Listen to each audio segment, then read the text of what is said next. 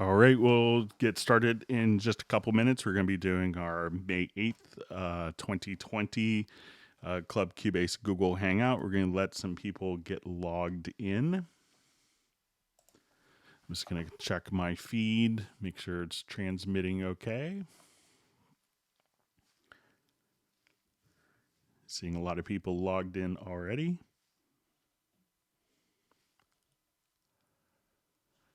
And I'll just check my audio. Okay, I'm going to turn my phone off. All right, so for those of us that haven't attended a hangout before, how this works is we've had people that have emailed questions in advance. And you could do that by sending them to clubcubase at steinberg.de, especially if your question's a little more involved. That's always helpful so we could prepare our project if necessary. But we'll have people get logged in, and if you want to introduce yourself and tell us where you're from, my name is Greg Undo. I'm presenting from outside Washington, D.C. in Alexandria, Virginia today.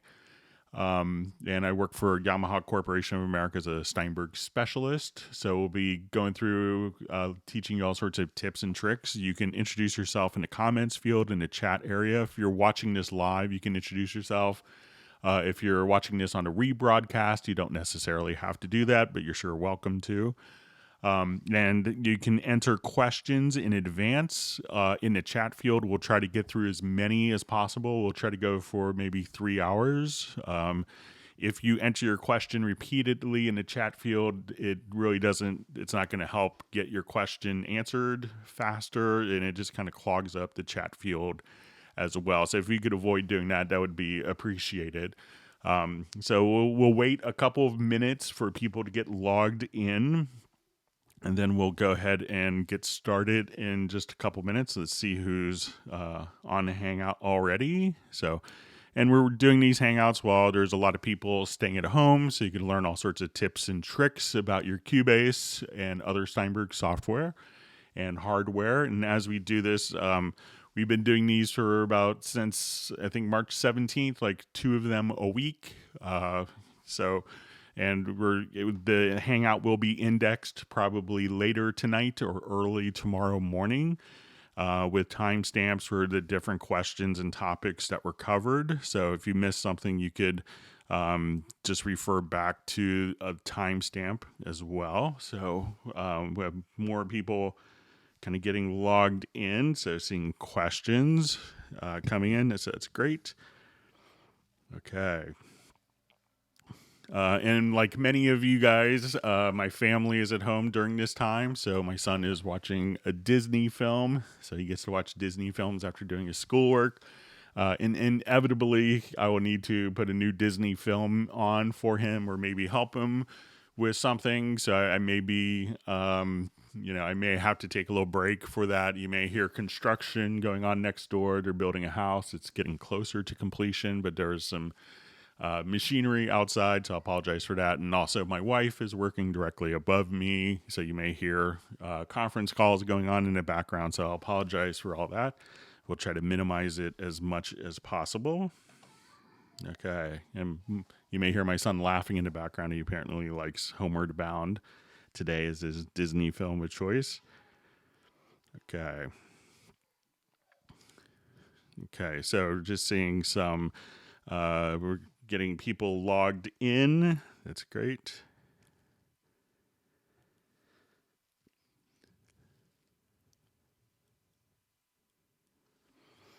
Okay, so let's see. So seeing some familiar faces here. Okay. All right, so we have Russia. We have Sir Robert from Atlanta. Good to see you on the Hangout.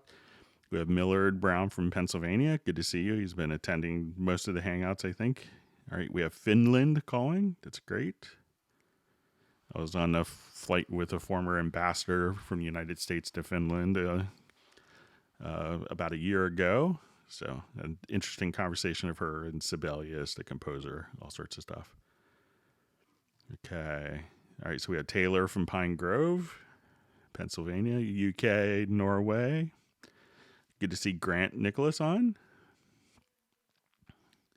All right, so we have Scottsdale, Northeast England.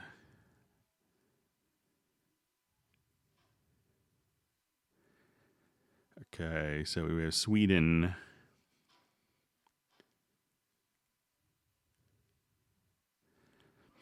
Okay, so we have New Haven, Connecticut.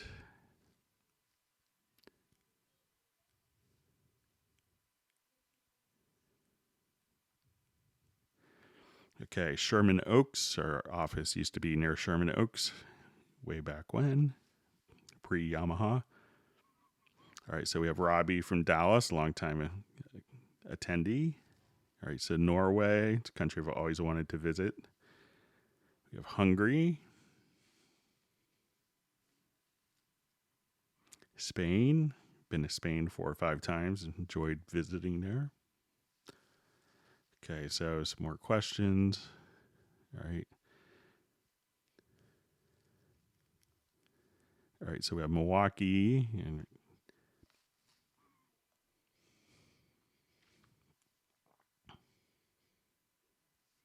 yes, I see a question. My son is watching Homeward Bound today. Last Tuesday was the Lost Treasures of Egypt series on National Geographic.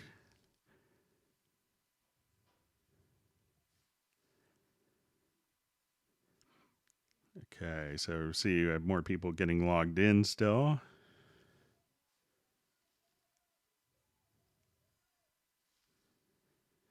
All right, so seeing some comments that the Hangouts are useful for people. That's always good. I'd hate to be wasting all this time. So, all right, so we have Oregon, Argentina, Milwaukee, India, Germany, London, Ontario. Okay. All right, so we have Harrisburg, Pennsylvania, Kenosha, Wisconsin. Been there many times. London, all right, New London, Spain.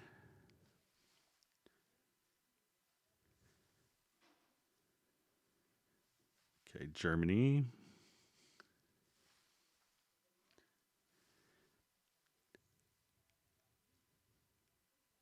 All right, so just a request for my email address. You could reach me at clubcubase@steinberg.de. And when you send an email, if you could include your email address, it kind of gets forwarded to my email. But if you wanted to include your email address, if it's something that could make sense, for a, if you want to reply. All right, so we have Israel, Luxembourg. All right, good to see Mark Rabin on the Hangout. He says he's from nowhere, Montana. But as I mentioned before, I was going to go to Montana for the first time. I've been to like 45 states, and Montana is one of the ones I haven't been to. Okay, so we have Turkey, Texas, Romania, Mannheim. Okay, so we'll try to go through as many questions as kind of completely and succinctly as possible. All right, so let's go ahead and get started. All right, so I'll just go to the top of our timeline and get started with our questions. Okay, so all right, so a question with Cubase 10.5 and Halligan 6. In Halligan 6, tracks of some strings, and I have in 6 tracks some strings in cello. When I play back, Cubase stutters. How can I improve the audio playback performance? One of the things that you could do is a lot of instruments will work better if you have, let's say if I go to a VST instrument, we could take a look at probably Halligan Sonic here, where you may notice that if you're trying to spread, the load across multiple cores, probably the best way to do it is to have more instances of the host instrument, but fewer instruments within this, because each one of these, and kind of how, it works with processing cores, each plugin will take, and this is kind of common with all DAWs, I believe, each one will take one processing core. So loading 16 instruments in one instance, one in another, one, and that could make a difference and not really have an even distribution.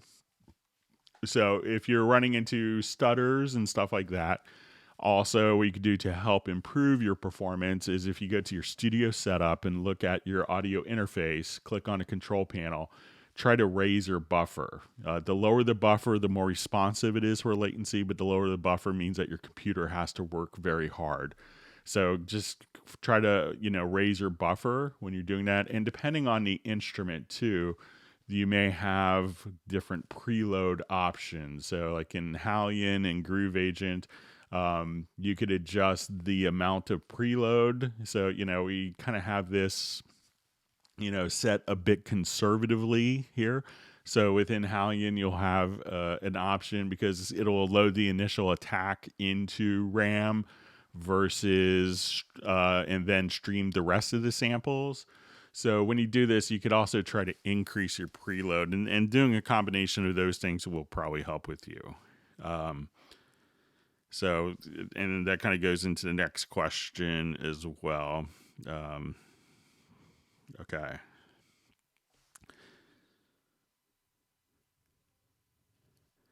Okay, so we have a question.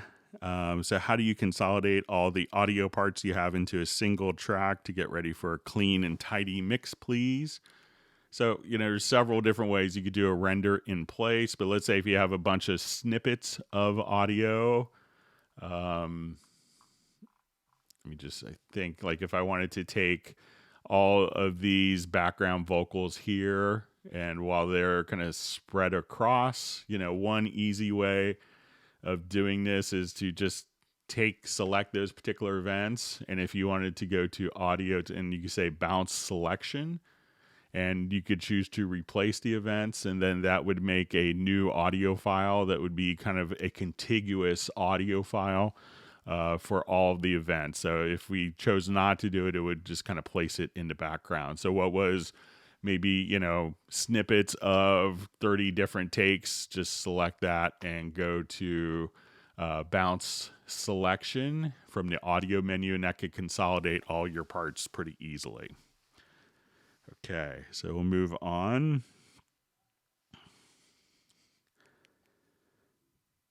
Okay, so it says, I also have seen people on other programs that batch crossfade multiple selected, join, split audio files with the click of a button or two. So it's to silence any clicks when batch fade ins and outs. So if we have a whole series of edits that have occurred on audio files, so let's say if I had cut this particular file a bunch of times, and maybe with my edits I might have slight pops and clicks depending where the edit occurred. All you'd have to do is come here and hit the letter X. So select the events and then just hit X, and that will perform crossfades between all the different selections. So you shouldn't run into that at all when you work with it. So the X will be doing for crossfades. Okay, so you say, hi, Greg. I believe most composers are very particular about chord voicings. Does Cubase Chord Track allow assignment of these exactly customized voicings, or is it kind of like multiple choice? So if we have a chord track here, we can actually just have, let me find some MIDI parts here. So let's say if I wanted to go to this, and we have, when we go to chords, when we have this set to, so if we have our chord track set at the top here, so we'll make that a little larger to see, and we tell this to automatically follow the chords. So we could have it follow the chord scales, but you could also have it adjust to different voicings if you wanted to. So if you wanted to come here, we could do that. So I'll just say okay, and as we click on this, you could extract the voicings from the chord track. So, but you could also just say you want to do chords or scales. So there can be some different voicing options that you want to do. So and then you could have those parts kind of automatically change based on that. But when you select the chords, At this point you could adjust, different chord voicings as well. So as soon as you want to select an event, we'll go to, let's just choose our lead sheet part here. And as we do this, we could just, as you go into, once it's following chords, you could adjust like the different chord voicings here. So even if we want to go to just our chord, excuse me, to the chord track, I'll go deselect this. Let me just,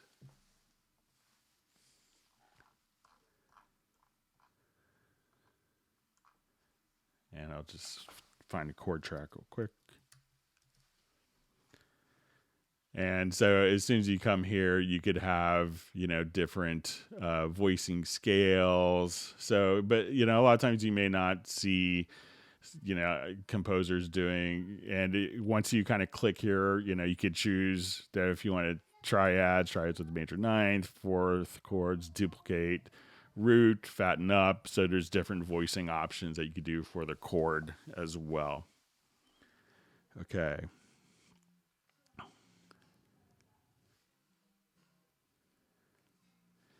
Okay, so question. Hello, Greg and everyone. What would you suggest for modulating a VST instrument that doesn't have great modulation control, modulation in MIDI, or render in place and adjust on the track? Really, modulation can mean a lot of different things. You probably have a lot more flexibility with MIDI. So if you have like a Rhodes patch, you could come over here and depending on the particular source, so say I have this particular Rhodes patch set up here, and let me make this just slightly louder so you guys could hear. And if I wanted to just modulate, different controls, such as our tremolo speed,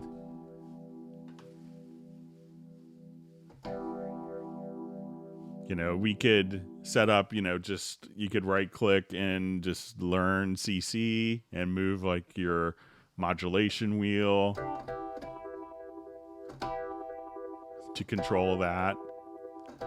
And you could also get into experimenting with some of the MIDI inserts. So if you want to get into the auto LFO, this could allow you to have, like those modulation changes kind of automatically set up. So we could say, modulation wheel 1, whatever parameter this is, you could set up. And at this point within the MIDI, the auto LFO, you could say, I wanted this to be, a sawtooth for modulation. I want it to be 16th notes. So it's probably going to be easier to modulate within MIDI than having to transfer to audio, because you're going to have a lot more flexibility. And once it's audio, it could be almost like trying to take the eggs out of the cake you baked. Okay.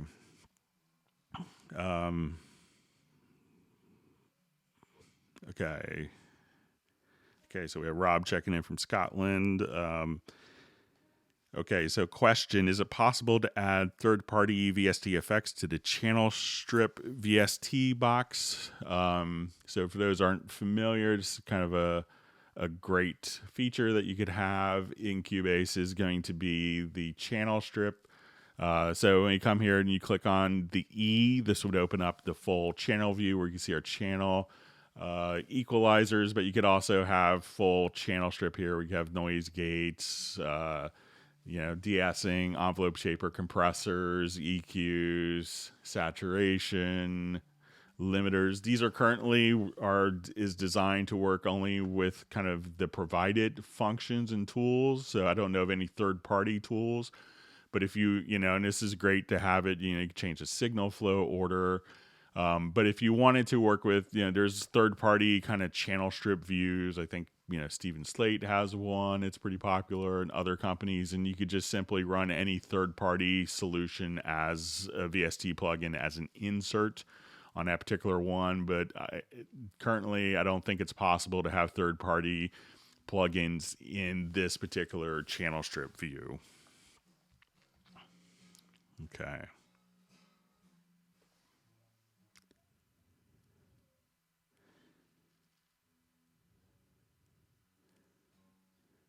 Okay, just going through some of the questions, make sure I didn't miss one a little earlier. Okay.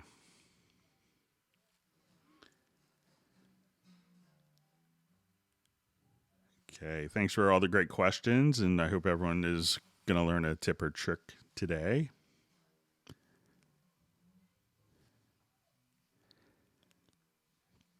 So I see a question, is there a page of shortcut keys that could be printed out to shorten the learning curve without having to constantly opening up the shortcut window?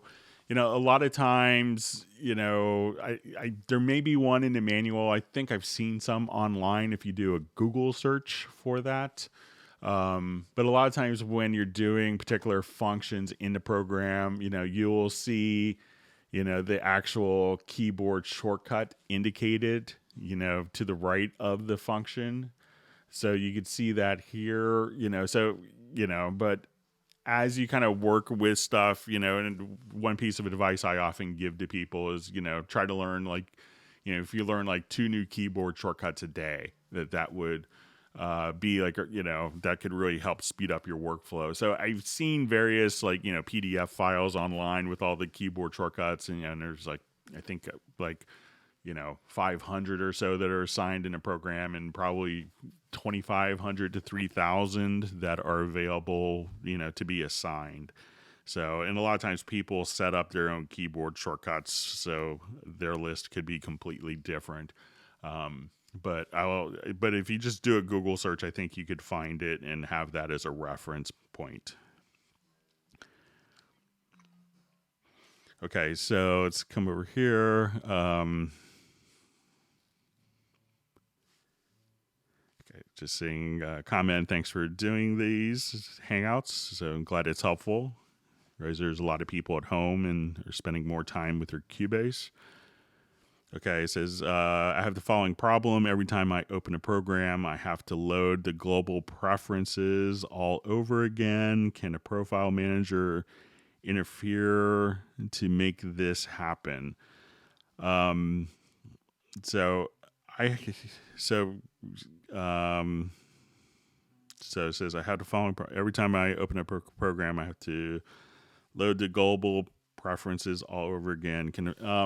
One thing that you may want to try to do, Pedro, is to, when you have your preferences set, so let's say if we just kind of come over here to, your Cubase preferences, one thing that I've seen some people do, and you run into this sometimes with, I think, depending on if you're running it as an administrator or not, but try to just save your preferences as a separate entity here. And see if that takes. So I've seen some people that will just save their preference, and then maybe even change the you could actually just call it default preferences and just resave it.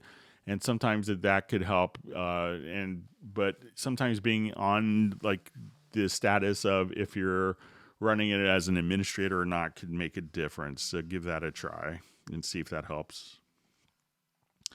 And I see question, I think this was mailed in right before, is it possible to update the profile manager? So if you have the profile manager and we've saved a profile, if I come here, I'll just say new, and we'll call it May 8th Hangout.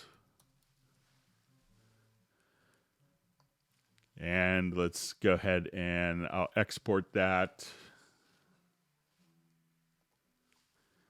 And let's say if I had that loaded up and I've made changes, and then if I just give it the same name, I think we'll get a overwrite message. I guess we would have to give it a new name. So, you could just simply, give it a different name. And I can see why that could make sense. But you could also, let's see if you duplicate this one. Let's see what it does.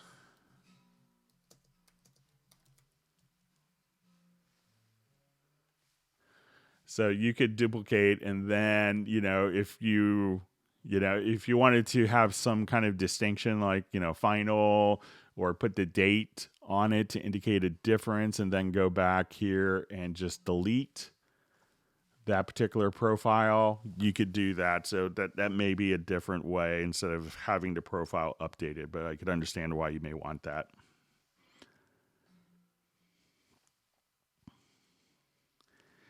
Okay, so let's go on. Some more questions. Thanks for all the wonderful questions from everyone.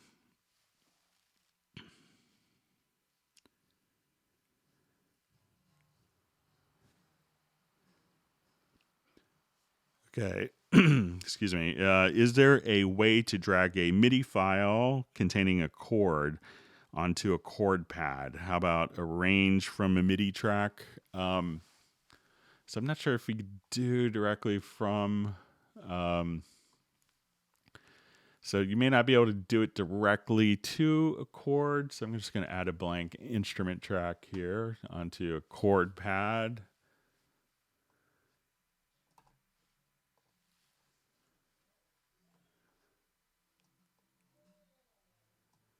So just drag those down. We made our chords here.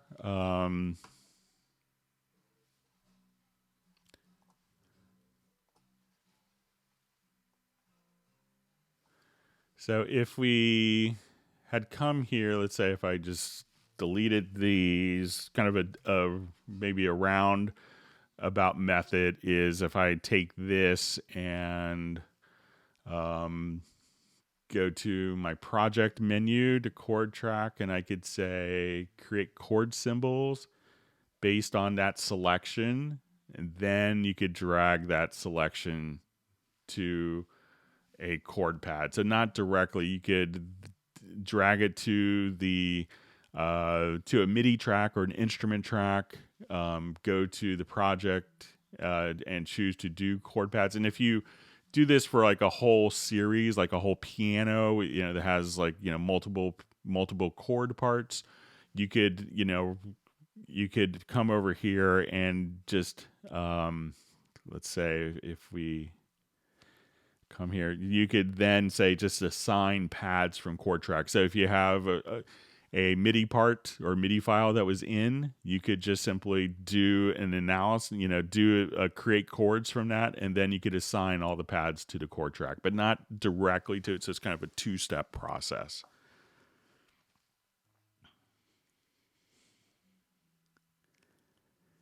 Okay, so we have a question. How do I see the frame rate verification in MMC transport window? Is there in Cubase 5, but I only see locked, no rate indicator. Thank you, Greg.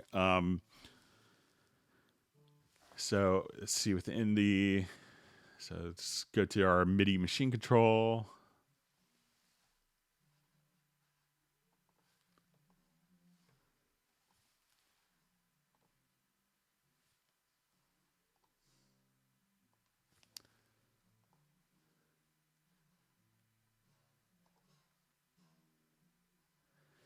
So you may not see it in here, and I haven't opened up 5 in forever, but you could always hit Shift S, and you can see the frame rate in the project window.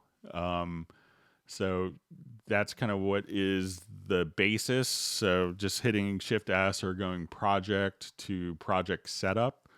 That's where you can see the frame rate, but it doesn't look like it's visible within the project synchronization setup.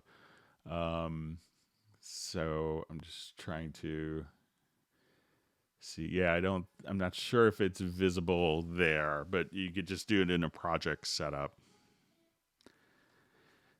Okay, so we see a question. Where is the MIDI retrospective record button on Cubase 10? Yours is next to the transport bar. So this was one of the things that was incorporated with Cubase 10.5. Has done kind of a a big overhaul of the MIDI retrospective record. So now there's a button here. But in previous versions, you would just go to your transport menu, and you could just do your MIDI retrospective record. So if I had just come to this particular track, and now that I played stuff, we could go to, I think it's maybe shift plus asterisk. So now when I come over here, you could just say, insert it there. So you could do that. And I think, just a keyboard shortcut, and I'll just verify.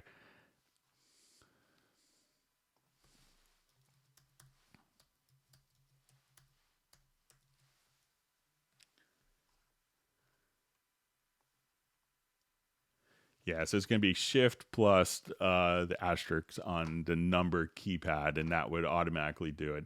So with 10.5, they've augmented the features with the retrospective record, because a lot of people didn't realize that they had it. So you still have it, but you could do it from that key command or just from the transport menu.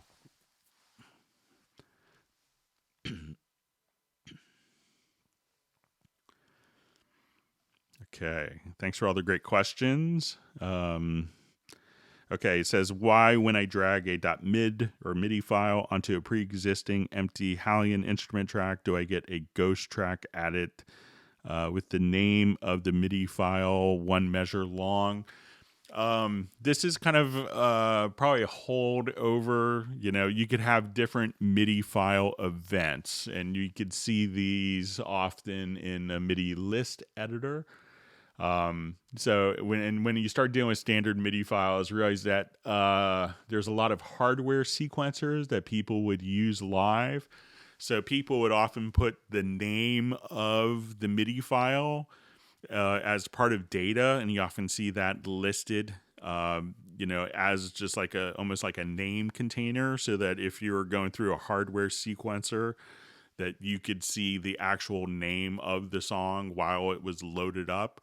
So it's really, that's the intention. So a lot of people that still generate MIDI files will give it to people that are playing it in like a workstation keyboard or for hardware sequencers where that information can be extracted.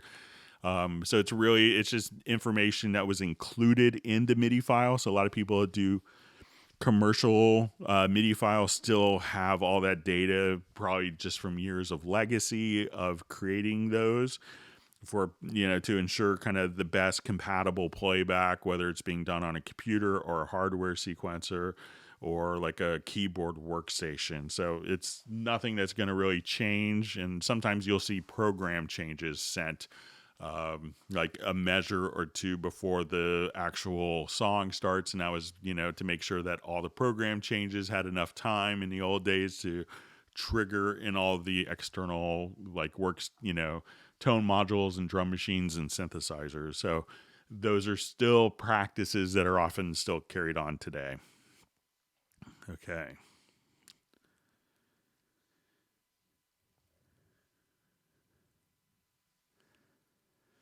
Okay, so it says, Greg, will you be talking about how to get VST Connect Pro into Cubase 10.5?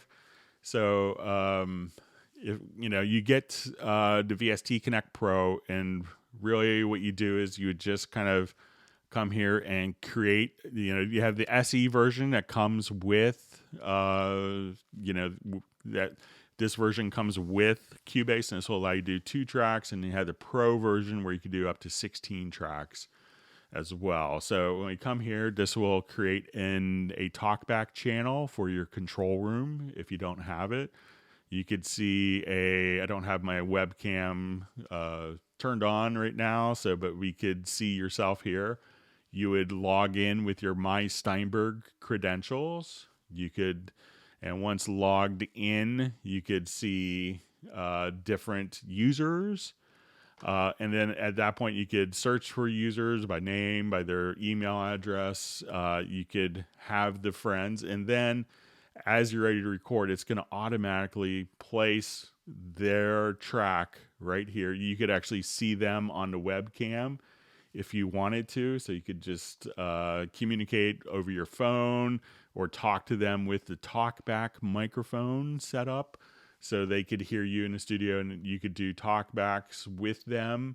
And then it's really, you could control kind of how much of the, you set up the Q mix so that you're sending, and this will automatically create a Q mix into Cubase, and then that will send the information directly out to them, and you hit record. And one thing that can be counterintuitive is you hit record, but not necessarily the monitor. The signal gets sent out to them, and as they hear it in time, like with, compensated for with their latency on their end with the internet transmission, and then that's going to be recorded directly back into your computer. One thing to be aware of, it's always going to be easier to and more predictable and more consistent and work better with a wired VST or wired Ethernet connection. So those are some things to be aware of. Okay. Okay, we'll move on.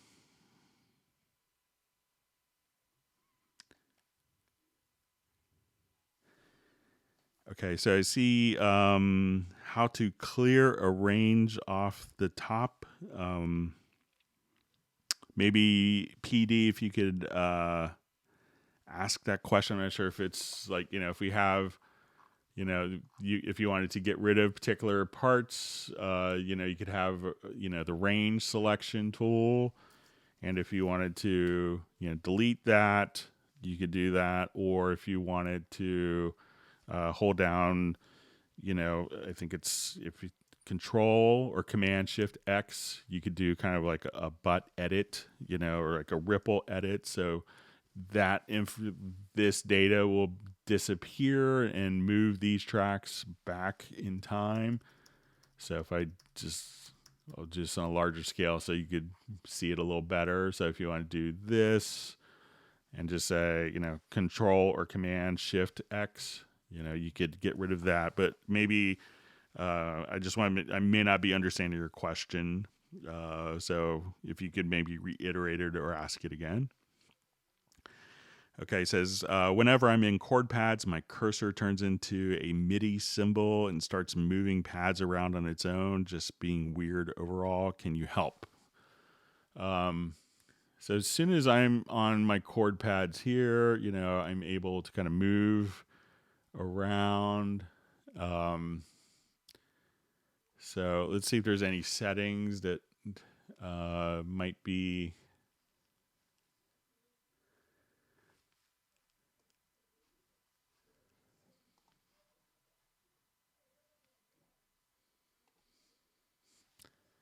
that could do that. Just wondering if there was...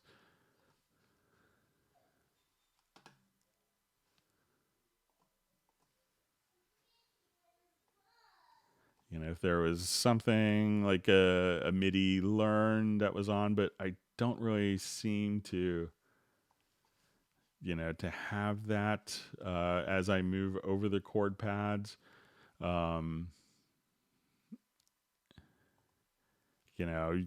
So if you see it kind of mind doing the same thing, just kind of let me know. But it seems like this is fine. So I'm not sure, but if you have a project that it's doing it on, if you want to email it with a download link to Club Cubase at steinberg.de, that would be helpful.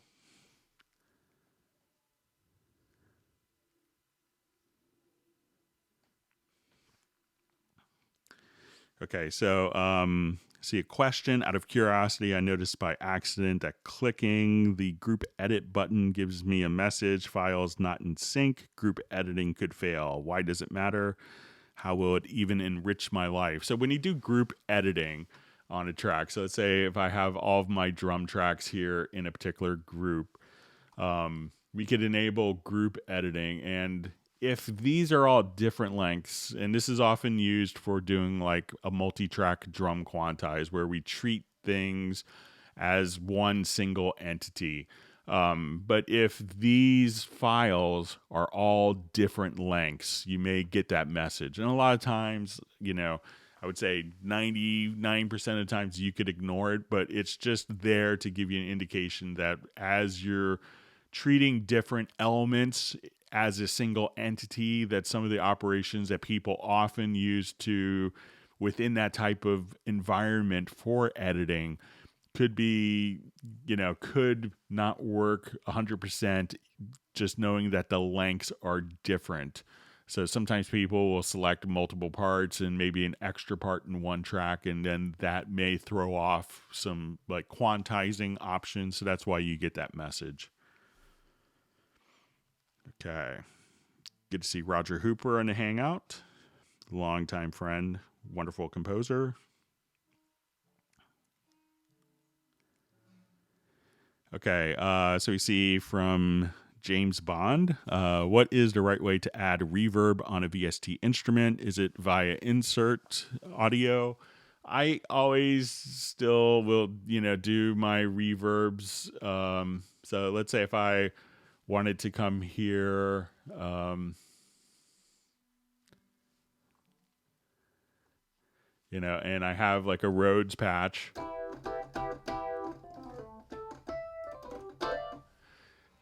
So if we come over here, we can see, all right, so this will be a MIDI track. All right, so when we have MIDI tracks, we'll also just come down here where we see the other E, and this will be like the MIDI information, and this will be the audio information for a MIDI track that's routed to a virtual instrument.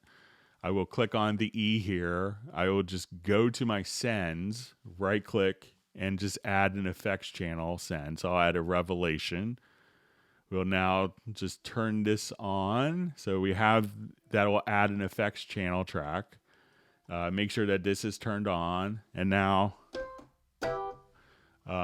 as we play, that will just add that particular reverb to that track. And that's really the best ways to use sounds. I know people, and I see so many people run into issues where they have, 50 tracks and they have this basically the same reverb as inserts on every track. So what you want to do, ideally, it's probably better to use a reverb send. So this will send that particular signal directly to the reverb's return channel, and then you have access to the reverb. You could, of course, do it as an insert, but, often it probably makes sonic sense a lot of times to send, different instruments to the same reverb so they sound like they're in the same room and trying to create that illusion. Okay, so it says, can you tell us about the alignment of the vocals with audio warp? So we could do this kind of without audio warp. Let me just open up in our project here.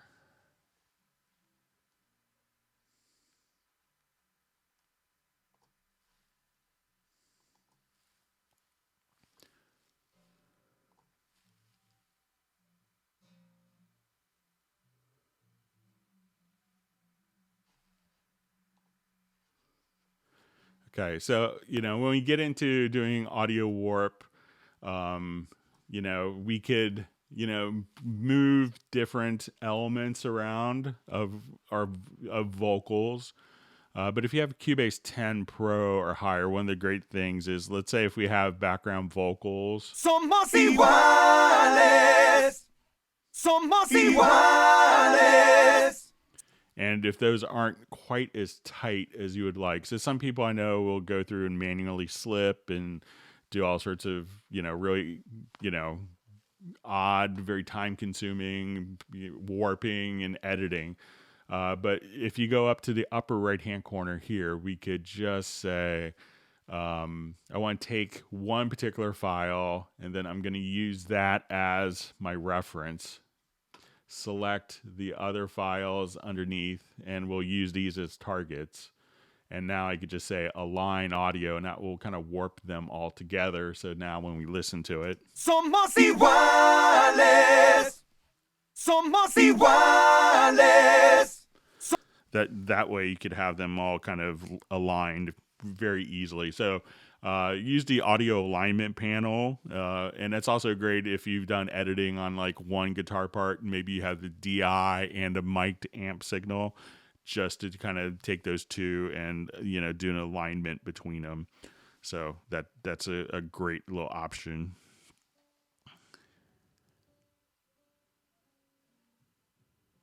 All right, so just seeing a nice comment from Dave in Hampshire in the UK. Hope you and your family are safe and well. And a question, the last hangout was on my wife's birthday. So yeah, we had a nice little birthday celebration. Thank you for asking. Okay.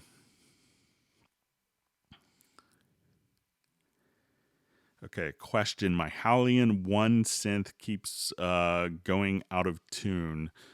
Hallian 1, I think that was an older synth. I may have just installed it on this computer for legacy sake. So check, and this hasn't been included in a long time.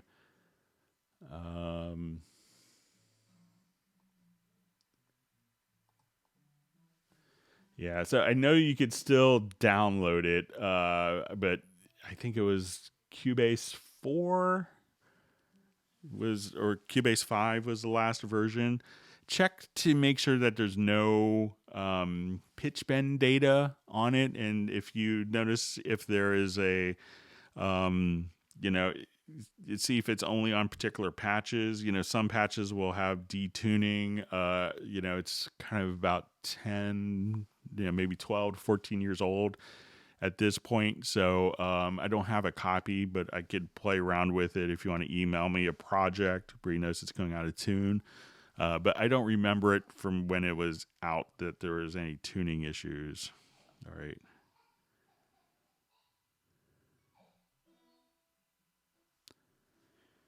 Okay. So going through, how can you prevent or change the chord pad's behavior of voicing chords to match that of previously played or adjacent chords? Sometimes when you deal with chord pads, one thing to be aware of is sometimes you could have this adaptive voicing mode enabled. So I think if we come over here, and here you could also have, different chord voicings. I'm just going to make sure I'm understanding.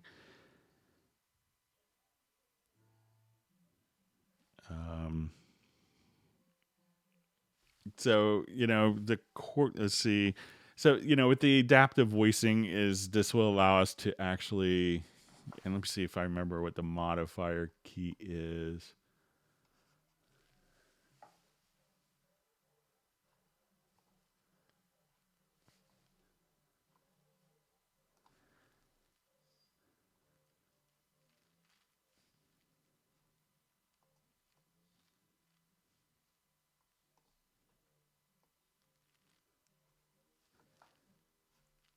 Let me just see. But I think if you disable the adaptive voicings, that will give you some more. Yeah. So if you right click on the pad, try to, adjust or disable the adaptive voicings and see if that will make a difference for you.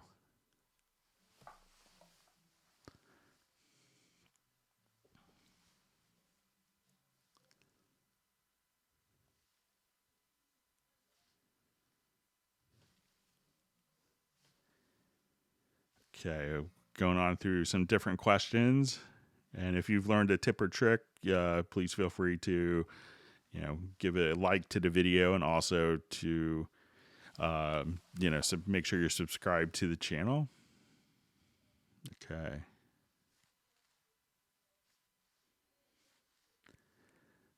All right. Okay, so seeing a comment, loving Cubase 10.5, amazing, from Eugene, Oregon. That's great. I hope you're glad that you're liking it. Okay, We have Argentina also checked in. So hello, Greg from Texas. Is there a way that we can transform all the red notes to the green or blue notes in Very Audio using the logical editor? I use chord pads as my criteria. So if you're not familiar with this, let me just see if I have a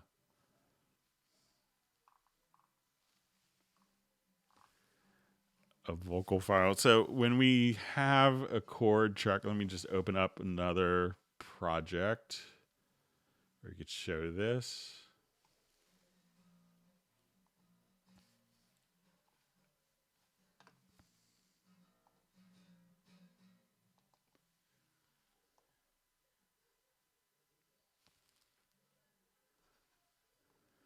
Okay, so if I come, and my Cubase acts up, sorry about that. All right, let me just get this.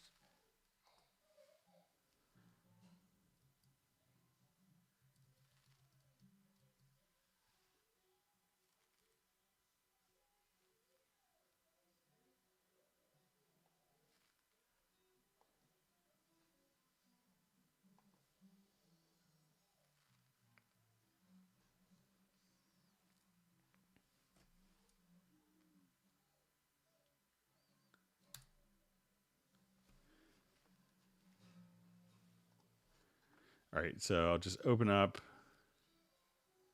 another project here.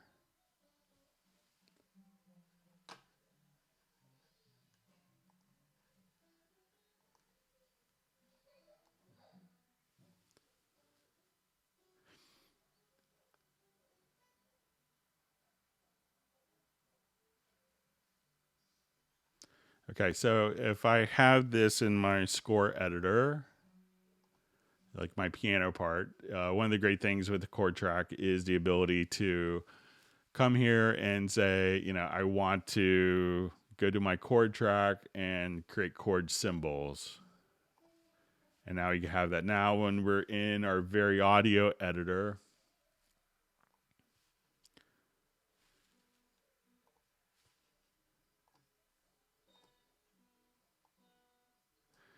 we could choose to colorize based on the chord track itself. And when we see this, we notice that there's blue, green, and red. So green note means that it falls within a chord. A blue note means that it falls within a scale, and red is out of key. So it says using a logical editor. So this isn't really MIDI data, so it's not going to respond to the logical editor. So this kind of indicates like, you know, this note is, you know, if I have a note and I see this, that note will probably not play back in key. So let me just go ahead and reconnect that. So if we listen, and if we had that with kind of our piano going on simultaneously,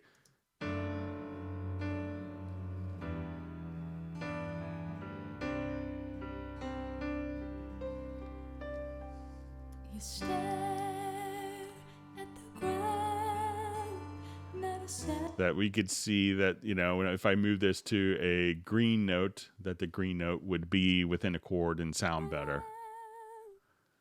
So, but there's no real way of having it, since this, it kind of breaks it down into something that looks like MIDI data, but it's not actual MIDI data. It's just kind of represented that way. So there isn't a way to say automatically take it and move it to being in key per se with a logical editor preset. But it's a good thought, and I'll pass it along. Okay. Moving on. So question, why was UR22 discontinued for low budget home studio? What is the recommended audio hardware to work with Steinberg 10.5 Cubase? Well, the UR22 has been discontinued for a couple years. There's a UR22 Mark II, and that's kind of an updated version to that.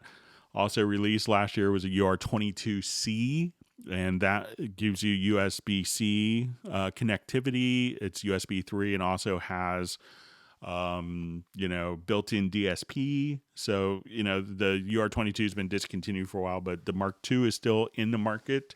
And the UR22C is the same kind of input and output configuration. The UR22C adds the DSP, but those are just kind of updated evolutionary features from the original UR22. So if you're still looking for a UR22 device, you could get the Mark II or the UR22C. Okay, just going on.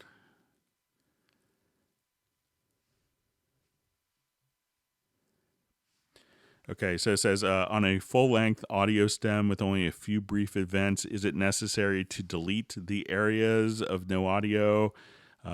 Is it important to do end fades on them?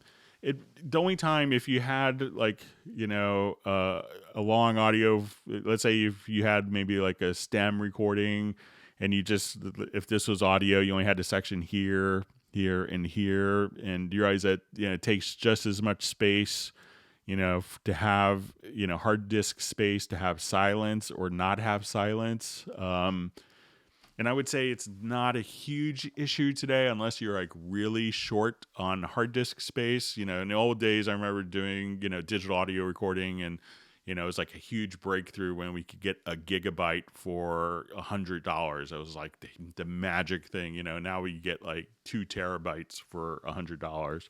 So I would say unless you're really short on hard disk space, to not worry about it.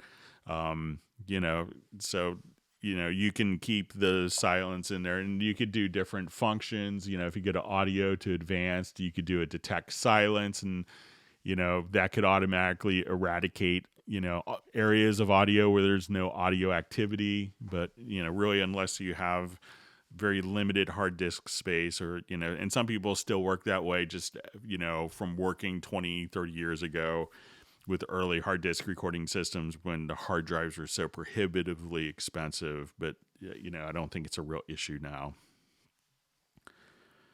Okay. So it says, Cubase question, is the freeze function outdated after the render in place? I can no more see any reasons to use freeze, or do I miss something? I have tended to not use freeze since render in place was implemented. But as we implement kind of new and improved ways of doing things, people get very ingrained in their workflow. So if we took freeze away, people would, completely, be upset and freak out because we changed their workflow. And it's just kind of like an ingrained muscle memory paradigm that they're used to. So freeze, I think, is a great advancement in the functionality, or the render in place, is a great advancement in the functionality of what the freeze was doing. It gives you the flexibility of including the effects, and to be able to, disable tracks to, different naming conventions. So, and I often hear the request, oh, you just need to do, I'm so frustrated that freeze can't be done on multiple tracks. And it can. It's just use a render in place, and you could do your entire project, in multiple tracks, audio and MIDI and virtual instruments, kind of all at once. And you could select your different, inclusion or exclusion of processing. So I tend not to personally use freeze anymore, and I just do everything with the render in place. But the freeze still works as it has and always probably will, and I don't anticipate them taking that feature away because it's been kind of updated in functionality. Okay, it says, I'm currently using Cubase 10.5, and my DSP driver of UR44 is not working. Any suggestions? So I'm not sure if it's you're not able to access the DSP, or if the audio interface isn't working. So, generally if the audio interface isn't working, so I see some people that have their audio interface will show up here, and they won't be able to access the internal DSP. And on UR44, you would see in the studio menu like an audio hardware uh, setup. So you would see a little menu option where you could access some of the functions. And within the mix console and the input channels, you could see the DSP. So if you see it communicating with the audio interface in the studio setup, but the DSP doesn't seem to be visible, or you can't reach it, one thing is to make sure that, when you're doing a particular track, that track is routed to the input from the UR44. And if you have that all set up and it just suddenly kind of stopped working, if you download the UR44 drivers, what you want to do is, when you unzip it, you'll see separate installations for drivers, the DSP mix effects, the basic effects package.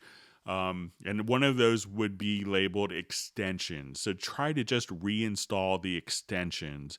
And then if you're not seeing the DSP integration with Cubase, reinstall the extensions and restart, and then that should be restored for you.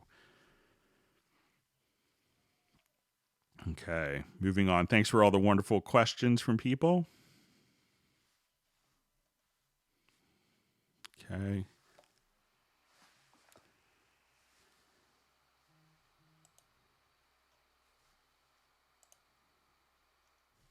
Okay, my timeline jumped on my monitor computer here. Hang on.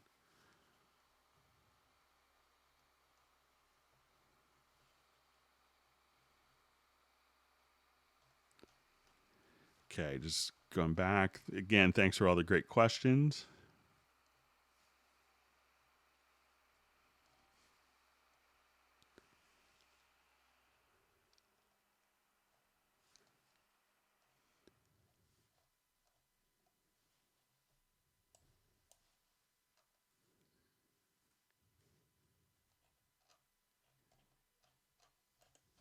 All right, bear with me, sorry.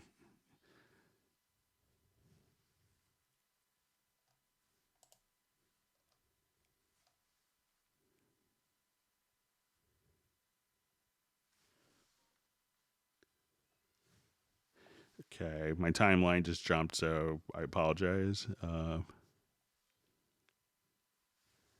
Finding where we were.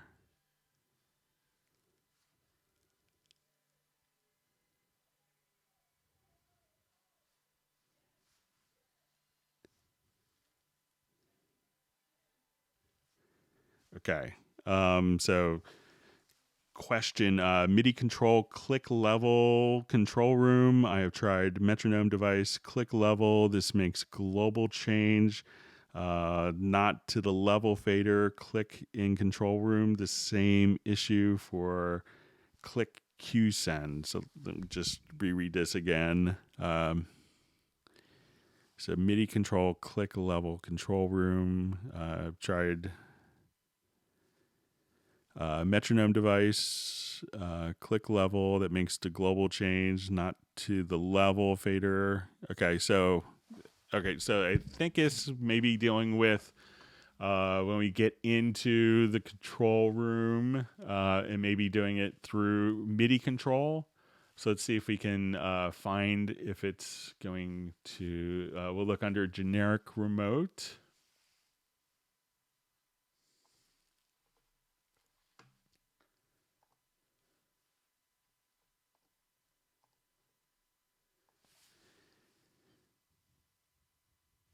Okay, so let's take a look just in control room.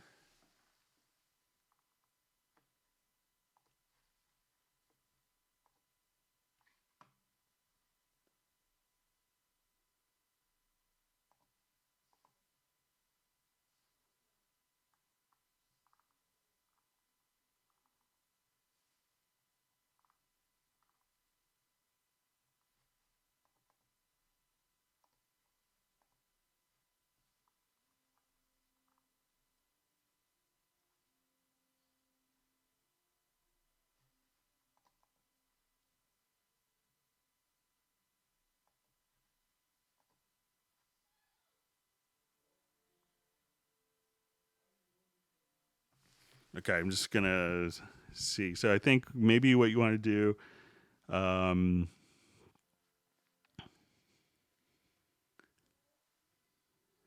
is within the control room. Sorry to preface this a little bit. So I think what the question is asking is, in the control room, if we could go to our Q mix and then have our metronome level, our click level here. So let's see if that's addressable in the generic remote.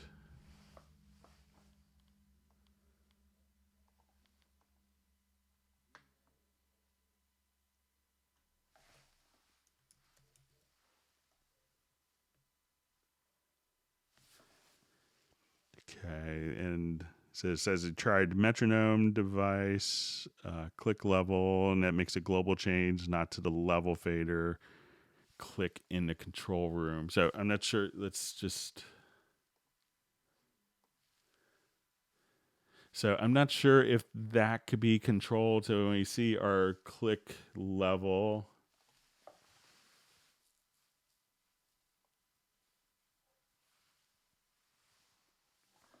and I'll just do another search, but that may not be controlled independently via MIDI.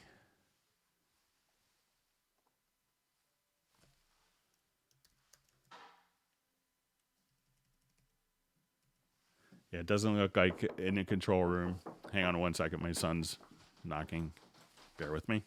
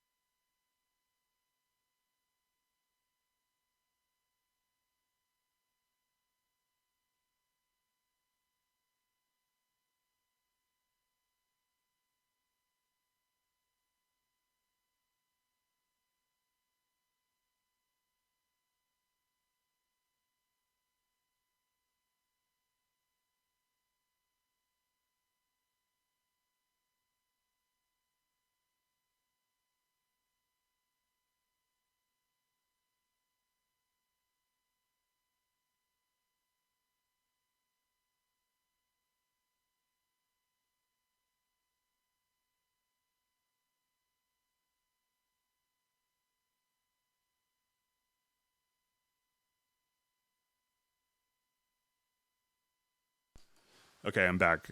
Sorry, the second movie is on. Okay, so I don't know of a way to drive that through generic remote, which is what I think you want to do. So apologize.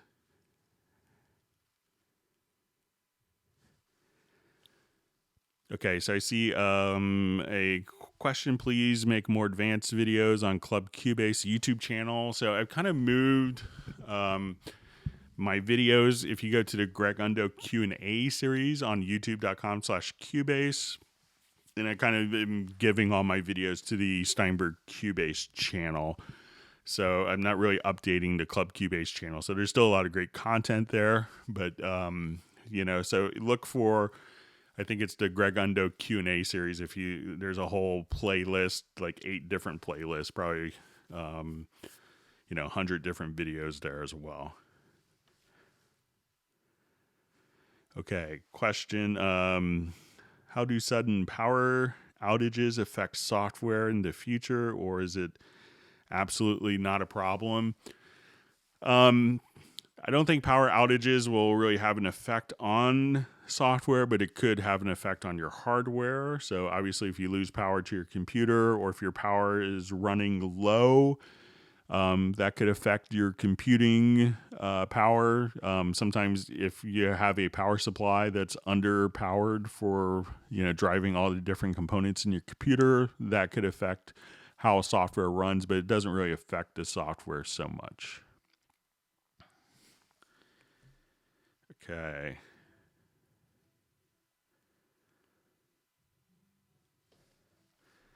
Okay, so we have a question. Will Nuendo ever have a Hangout series? There's seemingly so many resources for Cubase, which is great, but if Nuendo is more expensive version of Cubase, then at least one Nuendo Hangout host. we answer Nuendo questions, Halion questions, Groove Agent questions, Wavelab questions. There's a whole separate Dorico series. So but if you have Nuendo questions, we're happy to field them. It's just kind of branded Club Cubase, Google Hangouts. It's probably we've been doing Club Cubase branded stuff since 1992. So really a long time, but we're happy to answer Nuendo questions and field them, and we do it pretty often here as well.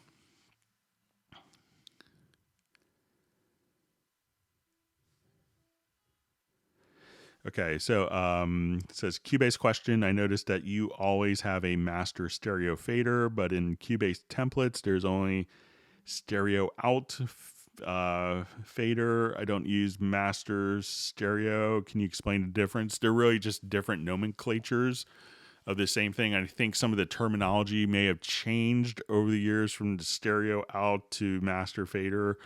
And as people make templates, maybe the templates have survived and were created before the nomenclature changed, the name change. So it's really the master fader and your stereo out are the same thing.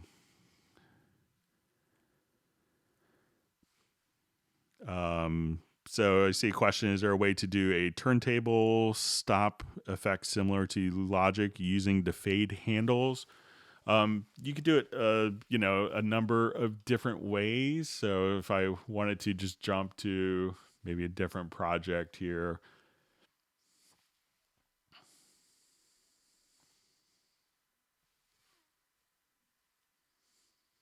And it doesn't like that project today.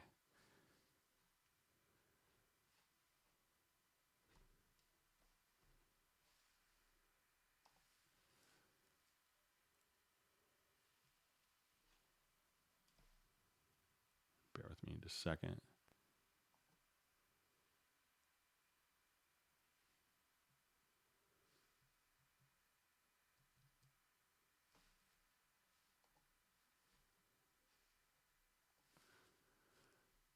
Okay, so if we have just, a project, there's a couple different ways of doing tape style drop effects. It's not necessarily by doing just, a fade handle per se. So I'll just open up a project here.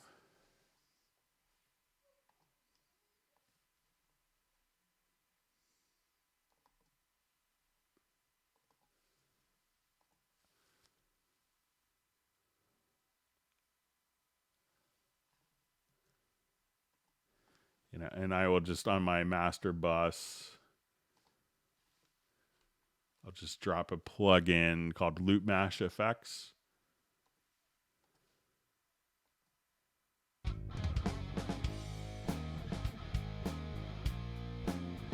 So just as an insert, and it's just found under Other.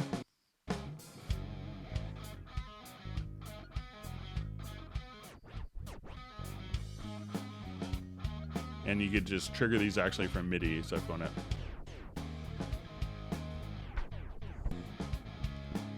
If you want to do chops as well, you could do.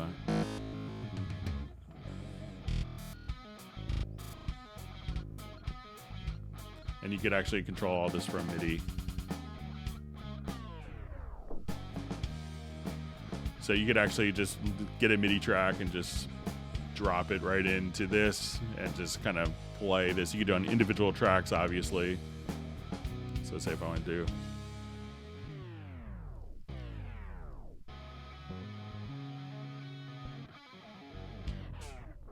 So that's an easy way of just kind of doing it through a plug-in. So that's probably the fastest way of doing kind of different tape stop effects. Okay, question, is there a way to use stereo effects on mono channels besides effects tracks? I think effects tracks is the best way to do it. I know some people that have stereo tracks and put a mono file on it, and then we'll just, choose to have this and load it as an insert. But, that's the best way is to use just effects tracks.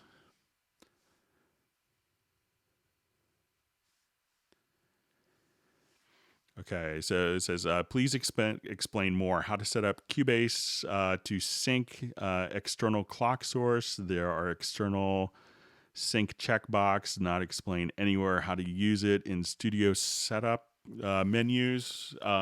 So it's because it's going to be actually set up in the transport menu. So when you go to your transport, you have your project synchronization set up. So a lot of people would be having Cubase. So we want to activate the external sync here, and you'll see internal time code or MIDI time code. And then we want to actually have your MIDI time code, and we want to define where this is actually connected to. Now, your MIDI time code sync box would probably also be sending word clock if you're dealing with digital audio. So when we want to synchronize that, we want to go to your audio interface. And if your audio interface has external sync capability, either through a SPDIF, an ADAT, or like a word clock BNC connection, what you want to do is to go to here, and you'll just see your clock source, and you want to set the clock source to the synchronization box where that's connected. So it's mostly going to be found in the transport menu and just setting the clock source in the studio menu.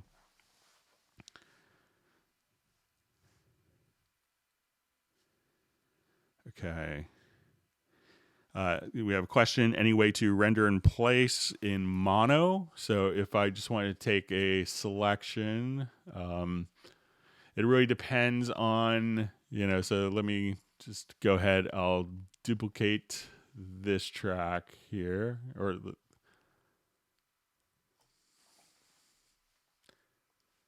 and let's say if I just wanted to render in mono a particular range, so I'll just select just a portion of it, and let me just crop that.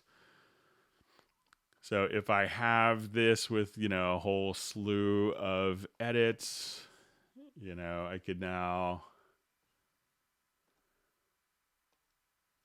kind of come here and be able to adjust. So now if I just select those events and go to my render settings, we would just want to make it like a dry. And if we have it set to dry or channel settings, this will kind of, when I render in place, it'll just render that, as a mono file.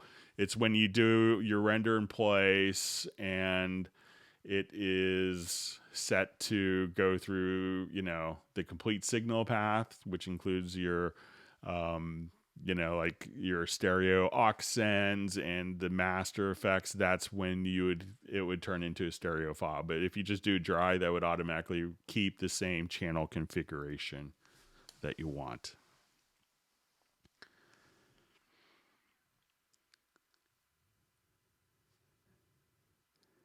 Okay, question. Is there a way to set the default fade curve type for all audio rather than having to manually double click on each of the fades? So let me just undo a couple things here.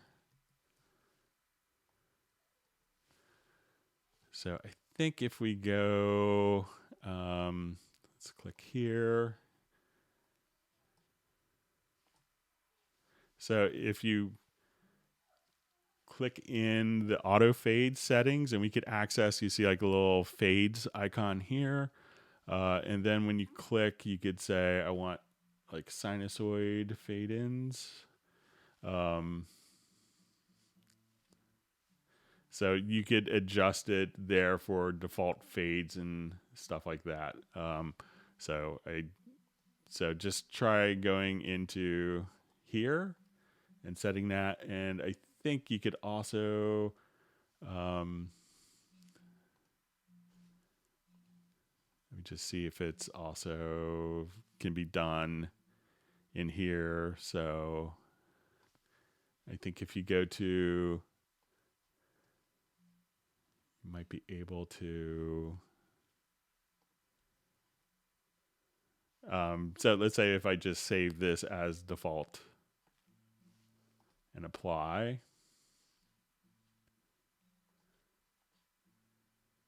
So now when I do a fade out,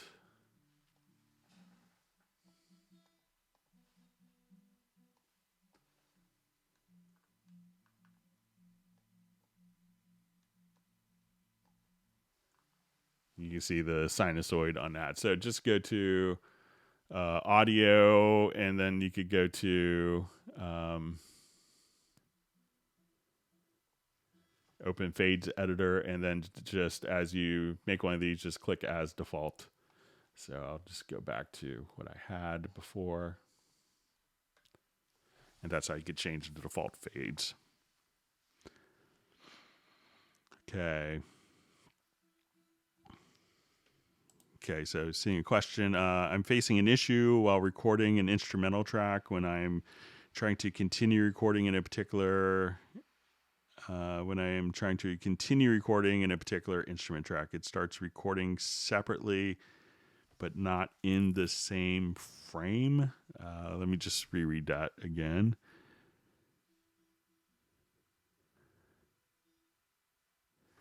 Okay, so it says when I am trying to continue recording in a particular instrument track, it starts recording separately, but not in the same frame. So if you do recording, so let's come over here. I'll just revert this.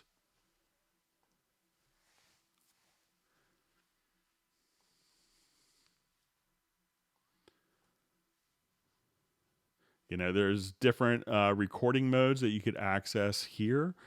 So you could choose to replace, to kind of keep a history or a cycle history and replace. So I think if I come here and I record, expand this over. So I'll just arm this track.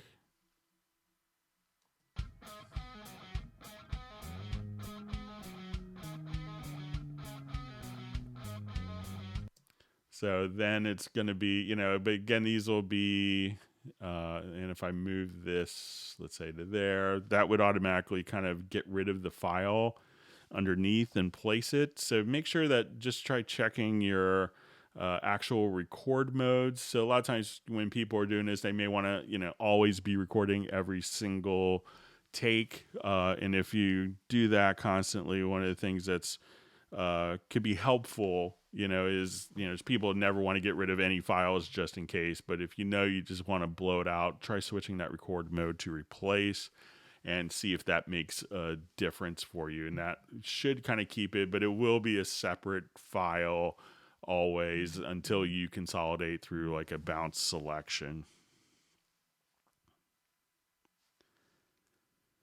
Okay.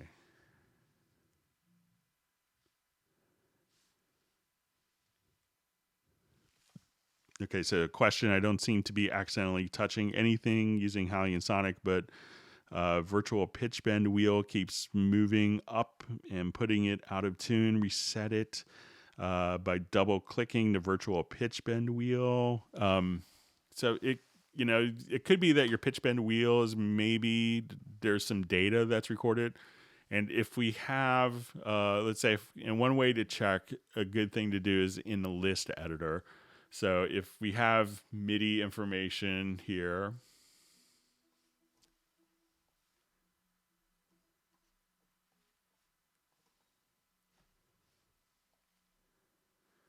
and I'll just go ahead and draw in a bunch of nonsensical notes. All right.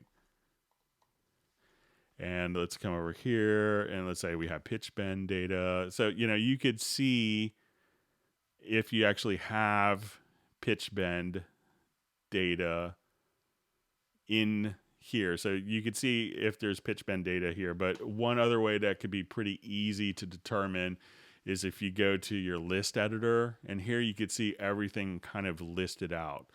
If you go to the upper right hand corner, you could also just do filters. So at this point I could just say, let's come over here, and then I could just filter this particular. So I could say, let's filter that event type, and then you could see all the pitch bend. Just do a Control or Command A and delete. But generally, it's, I haven't seen many MIDI stuff that actually generates its own pitch bend data. I've seen Like I had a MIDI controller that when you moved that was the pitch bend wheel was next to the modulation. You move the modulation, the pitch bend wheel after 30 years would move slightly a little bit. But generally, there's a lot of times where people may have accidentally recorded some, and that's an easy way to see if there is pitch bend data. If you find that it's always kind of recording errant pitch bend data, you could also go to your preferences and go to MIDI filter, and then you could just, filter out MIDI record. You could filter out MIDI pitch bend on record or on the through. So if it still happens over that, you could try that. And one other thing you could do is like as you move your controller on a particular MIDI part as a MIDI insert, you could go to the MIDI monitor, and this will tell you what incoming data is happening for your controllers as a kind of a diagnostic tool. Okay. Let's move on. Thanks for all the great questions.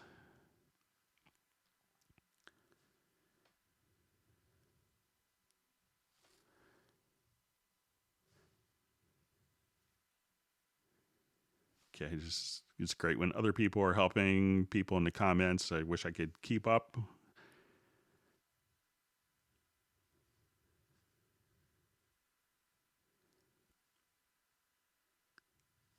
Okay. Okay, just reading through.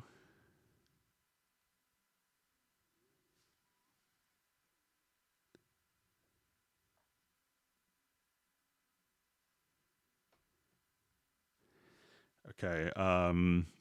So question, is it possible for a MIDI controller to be assigned in generic remote, but also pass some of the MIDI CC it is not assigned? I'm using a touch OSC and I want to do DAW control and send out MIDI CC. I think that once you kind of have in the generic remote, once you have that fader set up, that those will kind of take over.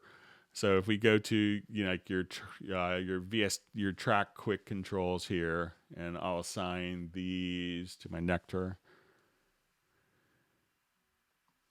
All right, so say if I wanted to do a quick MIDI learn on that.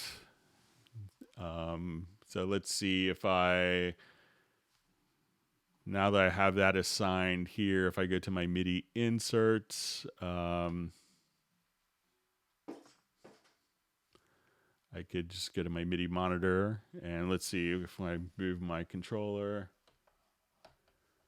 So we do that. That's control, but this will kind of go to quick controls.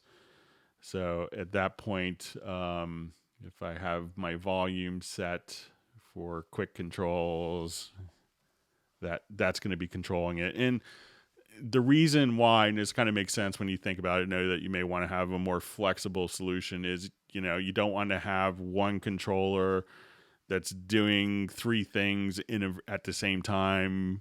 So I know you may want to do that in some instances for creative aspects, but we also get the call a lot where people are kind of manually mapping stuff, and it's like, yeah, I'm doing this, and all of a sudden I move my slider and it's controlling the wrong thing, or it's controlling three things at once. So that's why it's kind of, that control is kind of taken and spoken for in essence.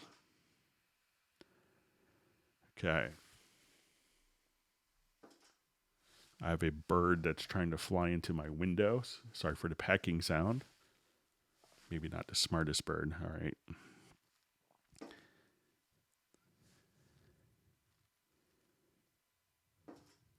All right. How do you tell the bird that you're doing a Google Hangout for it to leave? All right. Okay, we'll try to move on and ignore him. So.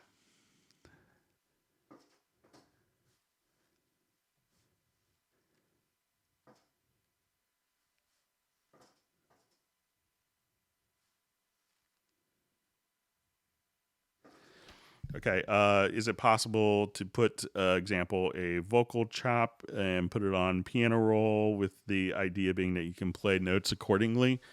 So, if you have Groove Agent open, you could just come over here and I'll just find a quick vocal file.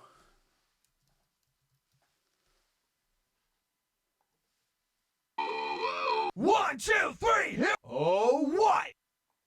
Just smash something. All right. Always the most creative. Get your up, get up. All right, so let's say if I have that, I'll just put a couple of them here in. You want to be me? I'm coming. We keep it moving, come out. Hands high, to. 1, 2, 3, here we go now. Okay, so if I have this, one of the things that you could do is, let's say I will have this all as like one vocal file. I will just go to my audio menu. Let's bounce the selection of these. So, but if I open up Groove Agent,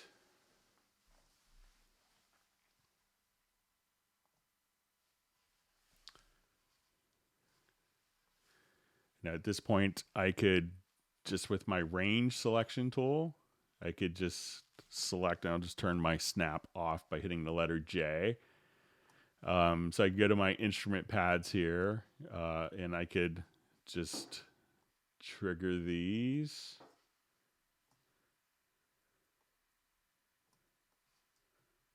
So I'm not even like chopping them up per se, but I could just do these, and now we could just. You want to be me? I want to be you. Get up. Get up. Get up. So you could do kind of stuff like that you could drop into the key editor or into the drum editor and do kind of vocal chops very easily that way. So you don't even have to cut it, just a range selection and drop it in. If you needed to, edit it a little bit for, you come here. Get up. And you wanted that to start, end at very specific point in time or start at different points in time. So you can edit it and tweak it as you see fit. Question, how many cores can Cubase 10.5 handle? It's really however many cores you have in your system. We did kind of a big optimization on Cubase 10 to make sure that up to that point we could do 14 cores, but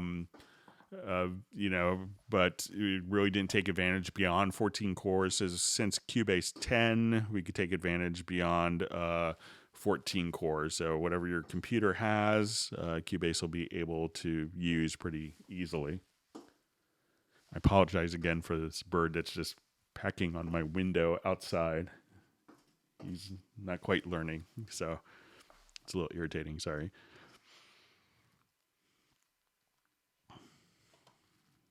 Okay.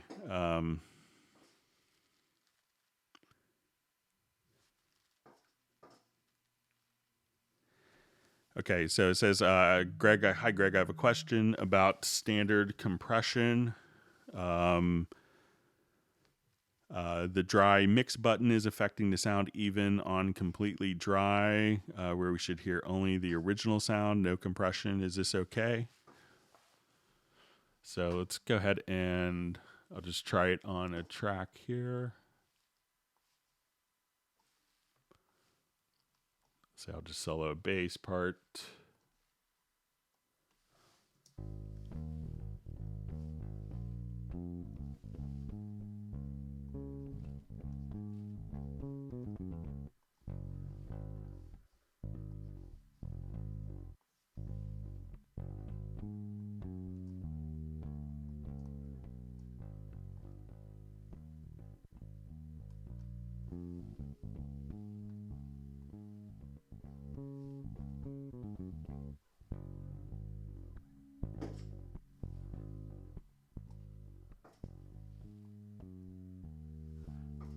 Yeah, so I mean, that's just kind of blending between the two. So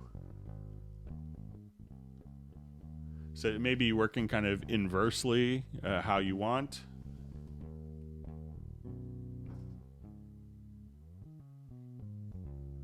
So, but yeah, I think it's totally fine. So, okay.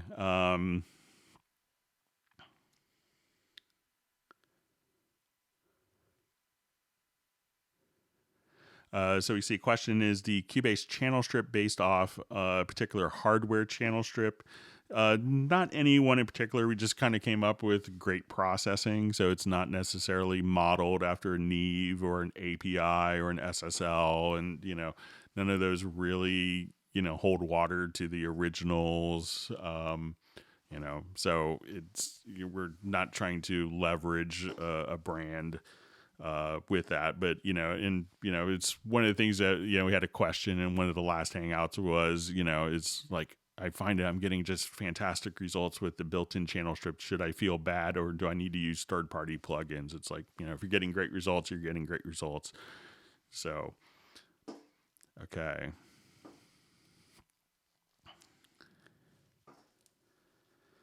Okay, so we have a question. Is there a way to render and place a VST in mono? So really what you'd need to do is, let's say, if I have a VST instrument, there's a couple different ways I think that we could do this. So let me just open up let's say I'll have an instrument. I'll just open up a synth.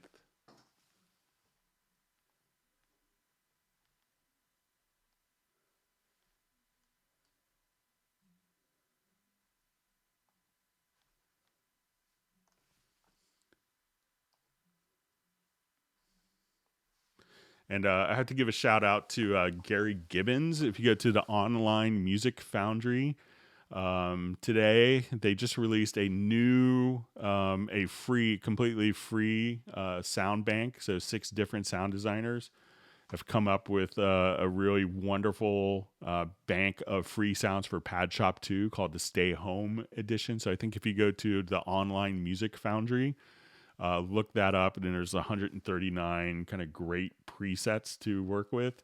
So make sure that you get that this afternoon. So kudos to Gary Gibbons for organizing that, for having everything set up. So let's say if I wanted to take like this patch here, and let me just unsolo everything.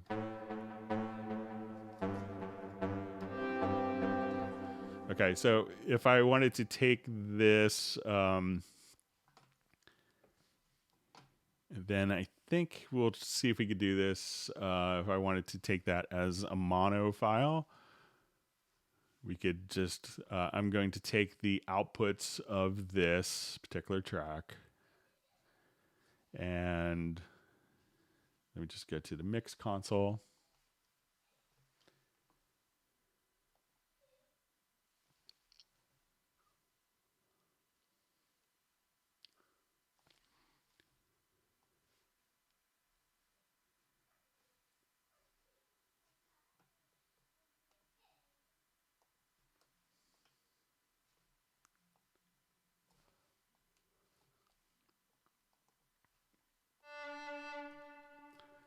Okay, so now I have that routed to like a mono group. I think this might do it. Let's give it a shot.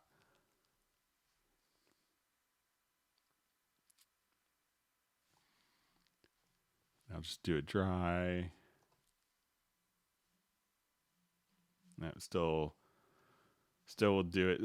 So I know that like if you do like an export audio mix down, that you could have that. You could also, the discussion is, we've been having a lot of discussion points on this for different tracks or outputs for mono. But let me just see if I route this to just like my left channel. Let me undo that.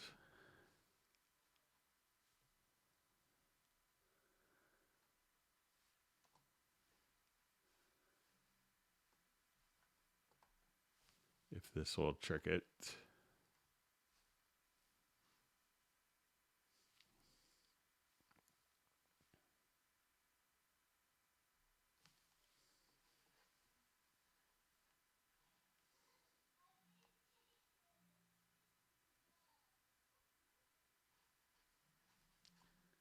Still looks like a stereo file because it's a stereo out. But, as we showed before with audio tracks, you could do that since they're mono. So, you could probably do like a real-time thing in real time and record it that way. But, it's not so easy because the original source is stereo.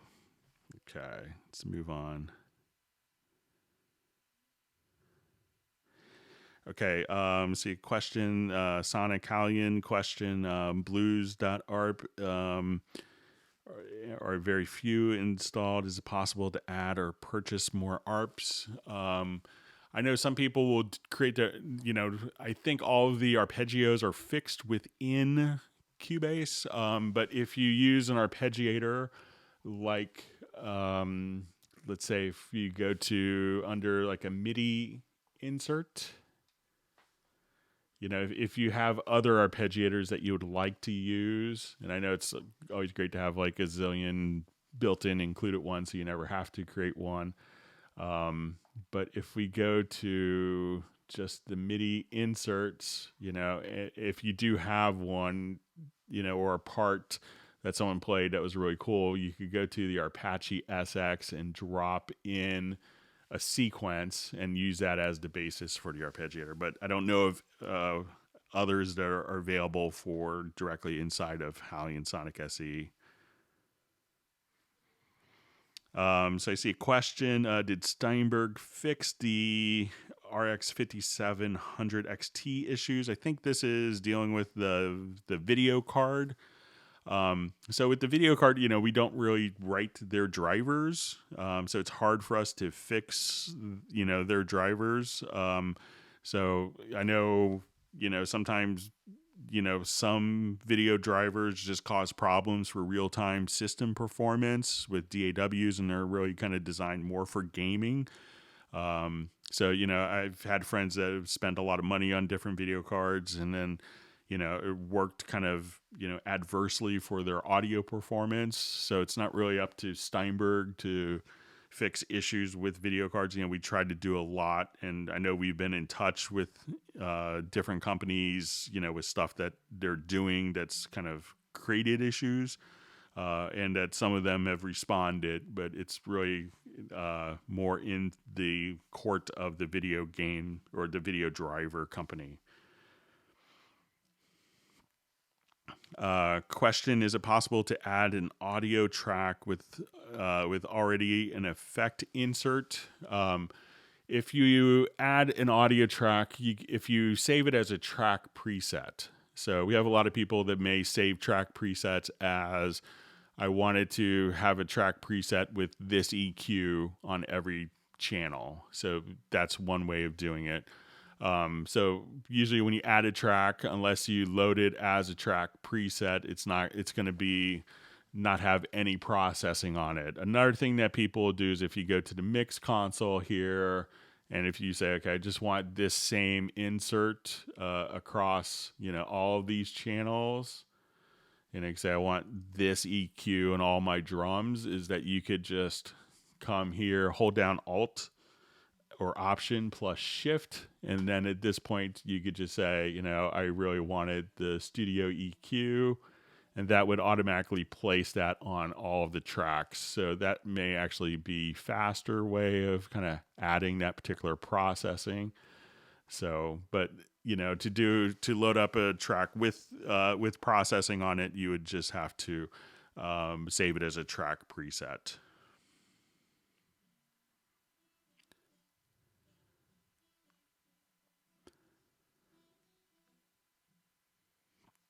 Okay, and while we're here, we had a question about, can you explain the insert routing in a channel window and how they're used? So let's say, if you have a stereo track and you wanted to just do processing of one insert on only like the left channel or right channel independently, you could come here. So let's say I have a stereo track and I wanted to go to, let's say, a dynamics processor. So I want to put a compressor here, and I wanted to put the same compressor on different, I wanted to compress the left and right independently. So if I select my top compressor here, I could go to my routing, and here we could choose, okay, I just want it to, at this point we could unlink these and say, we don't want, these particular channels to be active. So you could just choose to set the linking. So that's where kind of you have the different options here. So you could say, I want my left channel to be linked independently of my right channel. So, and just kind of blanking on how to, so that's where you could actually determine. So if you wanted to have like independent processing, if the plugin doesn't do that on different channels, and you could just choose it. I'm sorry, if you just click here to mono, then when you go to your routing, you could just say, okay, go to process just the right channel, not affect the left channel on that one. And then come over here, you could double click and say, this is just going to be the left channel. So that way you have independent functions. Okay, so we had a question. Can you get into video for film and TV composers starting out? So let's open up a project.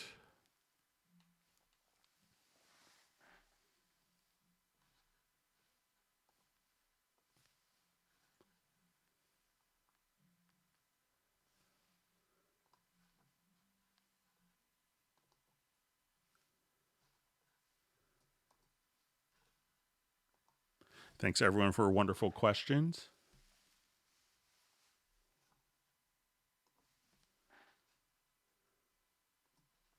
All right, so we could import a video file. So it'd just be file, import, and if it has its own audio, that audio would be matched with it. If we hit the F8 key, that would open up our video window here. So as we would play, many people will choose to just kind of drop markers at key points in the video. And you could open up, right click to open a marker track. And then, if you have particular points of interest, the scene change, you could just drop these markers in. You could label the markers accordingly. You say, okay, this marker is, guitar, whatever visual that you want to do.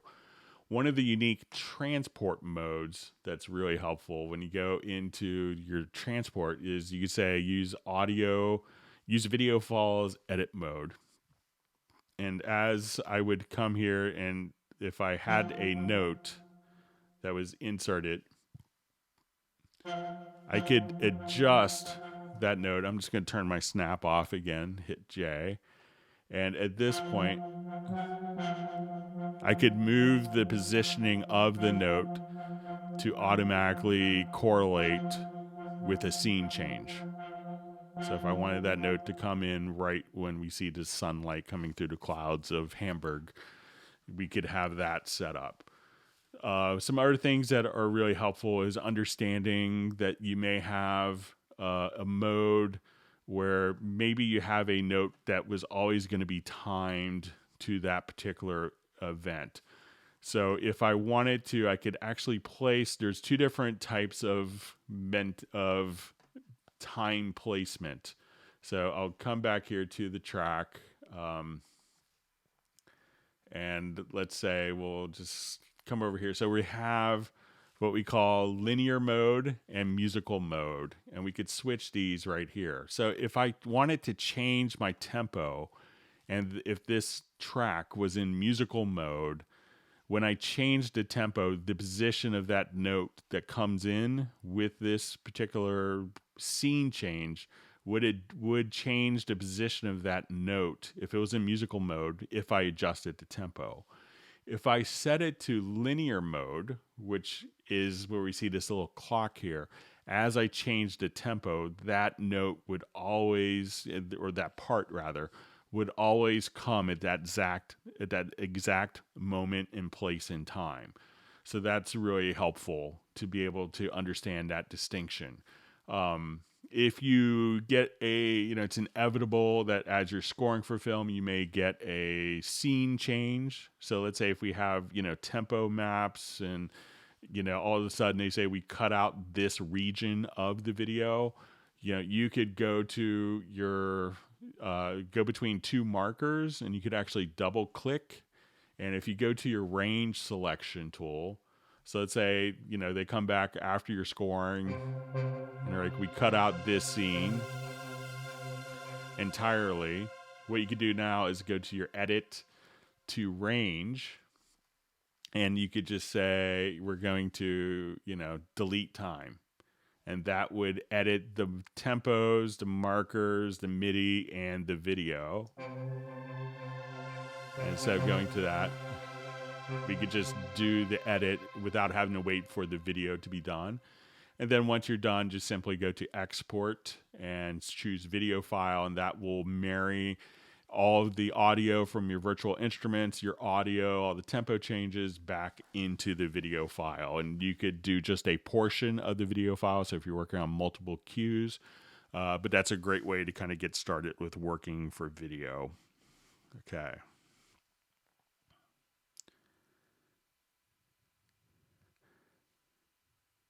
Okay, so just saying question and drag copy from track to track picture.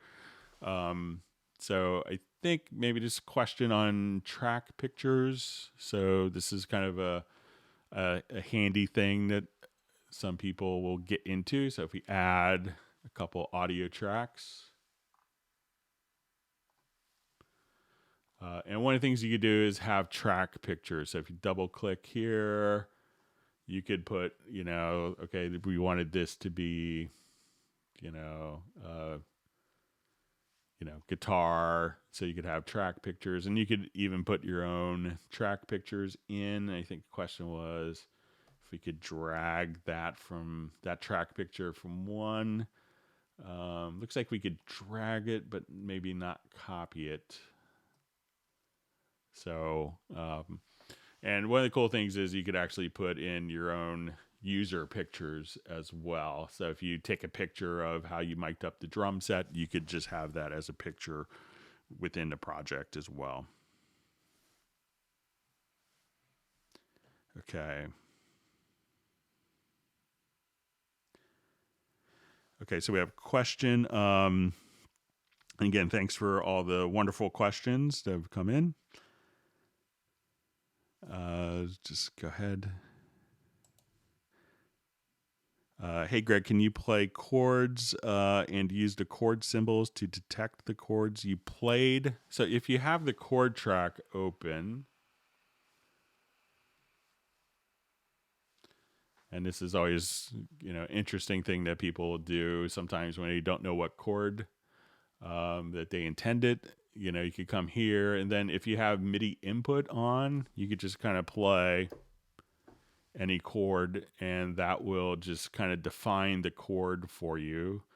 So if I just wanted to come here, and I just randomly put my hand down on a keyboard, we can now see that that's an F minor 7th flat 9th with an F in the bass, So that's really all you had to do to define the chords from what you play, so you can come over here, add the next chord, play, and then when you look at your chord track, that will all be kind of just mapped out for you as whatever chords you played. So I think that answers your question, but if not, let me know.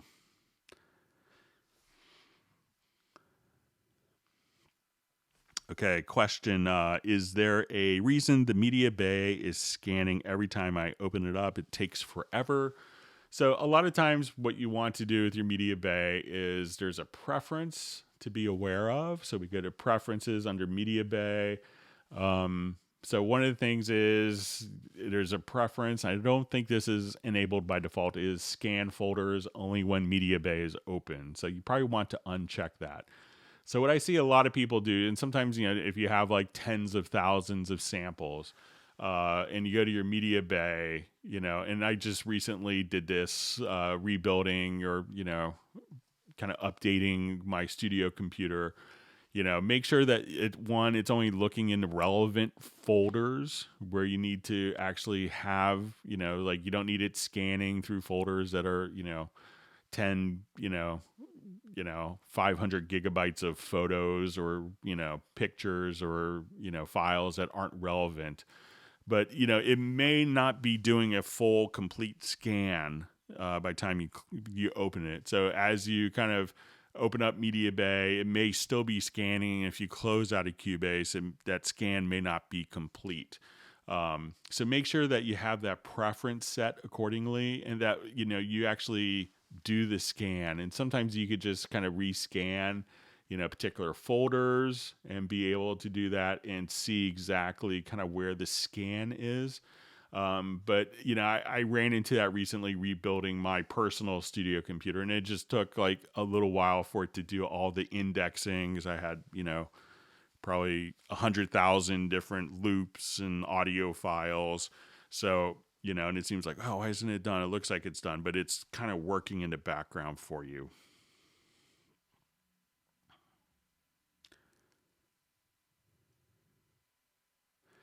Okay.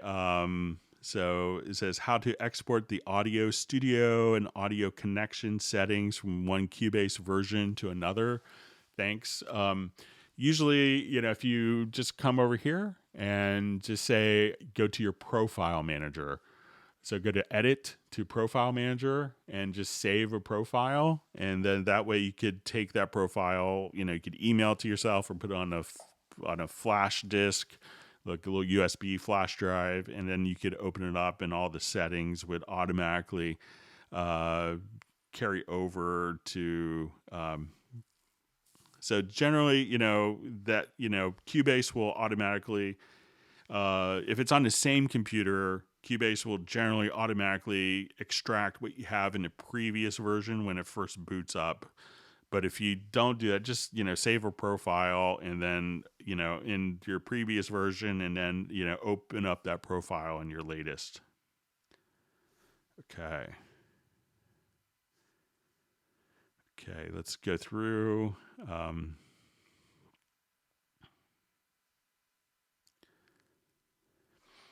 Okay, question here. I can't record quickly, easily, punching, etc. Can you please show different techniques and ways to record audio and shortcuts, please? Okay, so, what you want to do, like, when you record audio is just to come right over here and, first thing to do is to name your track. So let's say I want to record, kick drum, and this will automatically assume the name that will name the file based on the name of the track. You want to make sure that it's armed for record, and there's some preferences to be aware of if you want to make it super brain dead easy. Some people, when you go into the project and mix console, like when a track is selected, and you could do this for an audio track or a MIDI track. So anytime that the track is selected, it's record enabled. So you could, just have that set. Some people think that's a dangerous thing because they could over record. But if you wanted to make it super fast, I like to go to my preferences to VST and switch to auto monitoring style to tape machine style.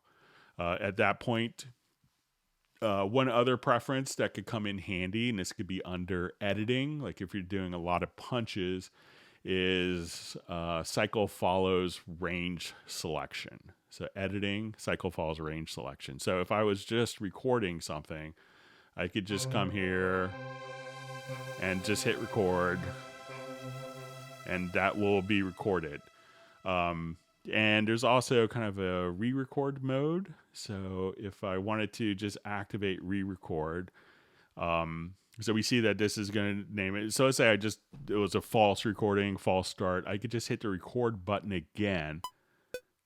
So let's say if I come here, and now that re-record's on, let's say false start, I could just hit it again. We'll get our preview, our count in. Say another mess up, instead of having to stop, rewind. So once re-record is active, just kind of hit that again, and that will automatically take you right back to where you were.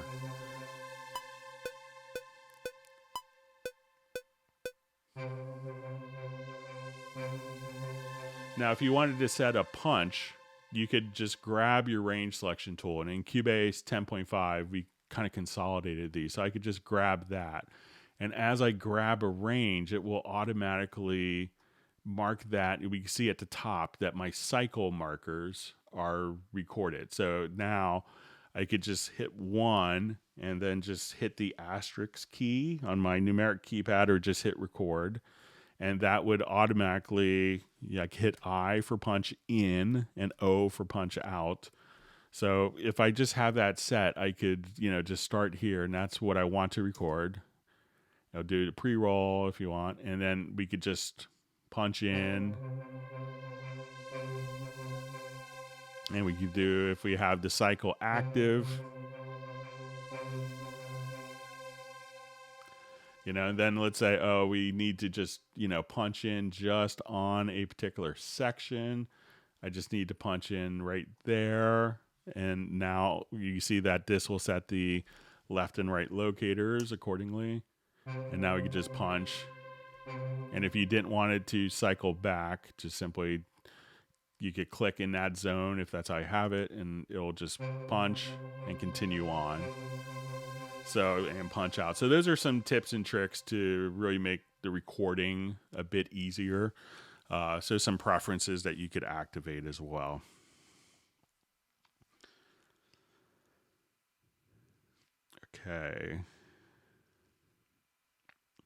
Okay, so we have a question from Alo. Hope you're doing well. I am. Thank you for asking. I have a laptop that has an SSD drive and also a regular drive. To save space on my SSD, can I load sounds I'm using for Hallion or Groove Agent on my second drive? Yeah, so you'll actually have a program called the Library Manager. So I will just kind of come here. But when you have Cubase installed, you could go to the Library Manager. So let me just open this up quickly and see if we can.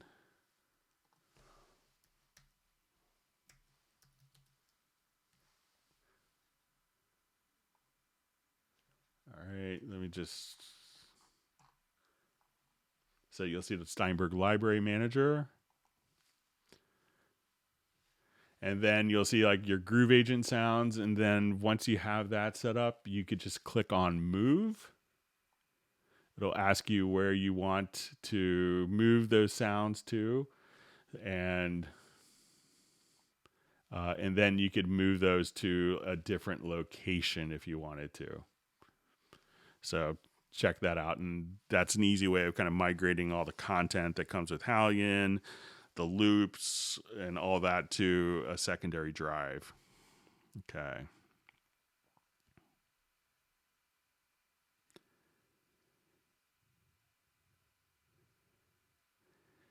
Okay.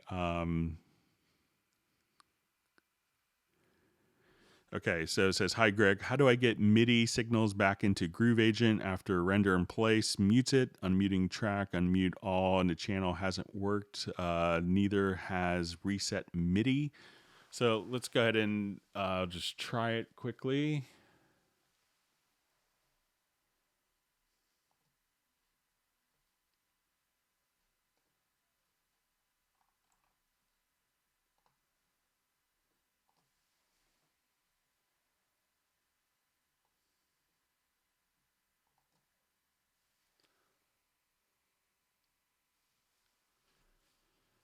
Okay, so I will just.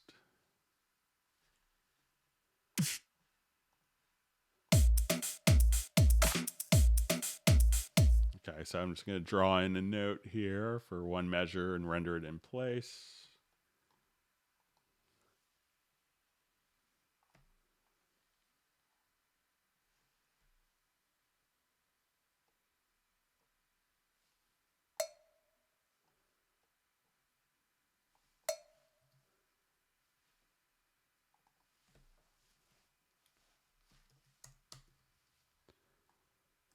Okay, so now we should have this automatically kind of trigger that pattern.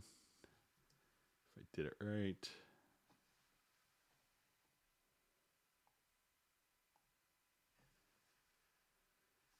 Okay, or I'll just record the MIDI to it real quickly.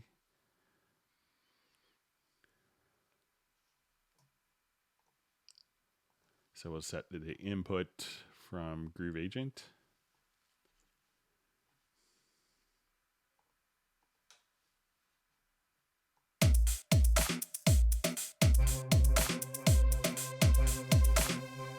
Okay, so close this. All right, so now we play this back. Okay, so I will turn off my punch in and punch out. So let's render this in place.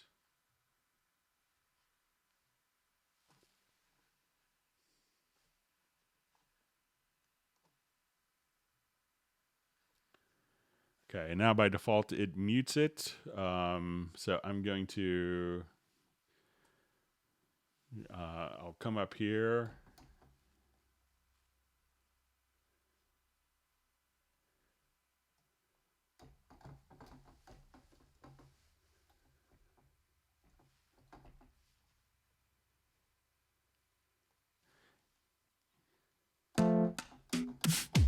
So make sure that after you unmute it, because it could be, I want to say that it may change the MIDI input port.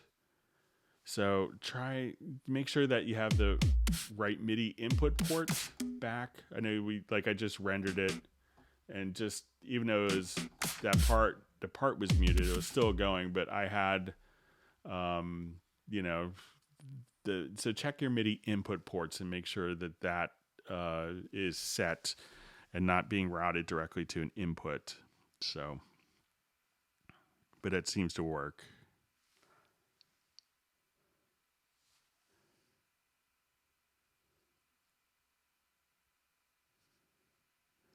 Okay, so we have a question. How do you adjust the snap to grid feature? I'm trying to snap groups of audio to different beat in a measure other than one. Nuendo 10 Mac. So this will be kind of the same exact function. So we'll see our grid type. So it depends. Your snap will be dependent upon what your master timeline is here. So Nuendo defaults to seconds. And now when we see our grid time representation, we see it in, values of seconds or milliseconds. If I right click here and we set it to bars and beats, we could now just say, I want this to snap to a beat instead of the bar. And make sure that the letter snap is turned on. You can do that by hitting the letter J. So if I cut this particular note there and we zoom in, when it's set to bar, I'm only going to be able to place this on a bar. But if I switch this to beat, at this point, I could move it and it'll snap only to beats. So Cubase and Ondo work the same way in regards to that.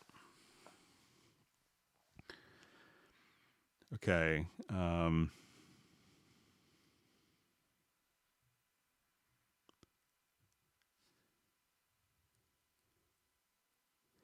Okay, so it says, hi Greg, I'm not great at playing the guitar, but love creating music via chord progressions. Can I use the stock audio guitar samples in the media bay to follow the chord progressions in the track? So the audio in the media bay, so depending upon if it's, when we have the audio follow the chord tracks in, that's designed for monophonic audio, like a voice or saxophone. You could do a lead guitar. So it's not intended for chords, like an audio file that has chords for it to follow. Because if you say, make it a G major chord to G minor flat ninth sharp 11th, it's not going to be able to do that. So, but a lot of people still will run it through and get interesting results as well. So, but it's really intended for monophonic audio as opposed to like guitar chords. Okay.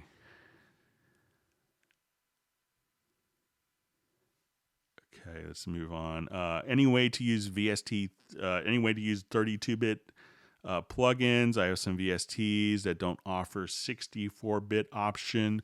So if you want to run VST 32-bit plugins, generally it leads to a lot of system instabilities. So be cognizant and aware of that. But also, there's some third-party solutions. So a lot of people will still run JBridge as a bridging mechanism. So that's popular on the Windows version. So if you have a plugin that just will never come out in 64-bit, there's a lot of plugin companies that have gone out of business or were acquired by other companies. So you could try to run it as a bridged plugins. So JBridge is probably a good solution. I think they may have a Mac version as well. So, and just seeing other comments, kind of there's that most of them could easily be replaced, but we understand if there's one particular thing.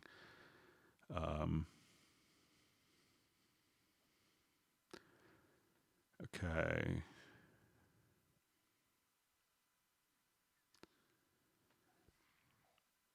Okay, just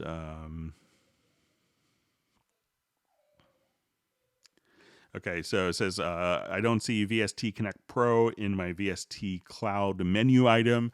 So the VST Connect Pro is sold separately, and then we have the VST Connect SE, which comes with Cubase.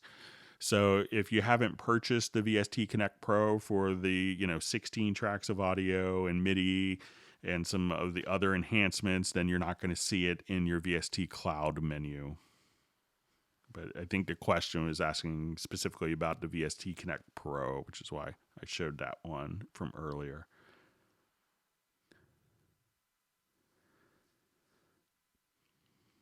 Okay. It says, when I mute a segment in audio lanes, it plays automatically the track above. So let's say, let's take a look at this.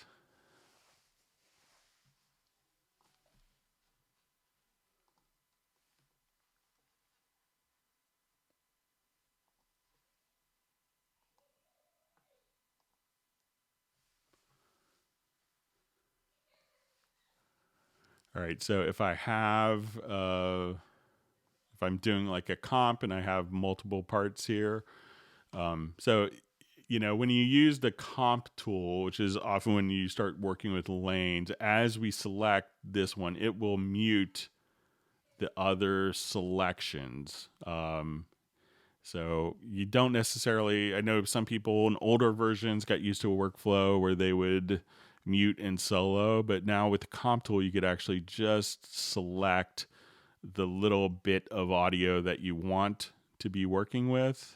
And then that would mute everything else automatically. So I don't know from your question if, if that's actually, if you're using the comp tool or not. But probably if you muted a section here, it would automatically, it might select something above. But, if you're not using the comp tool, make sure that you're using the comp tool here. And that could really kind of simplify the whole process of editing, so you don't have to edit and mute other different sections for you.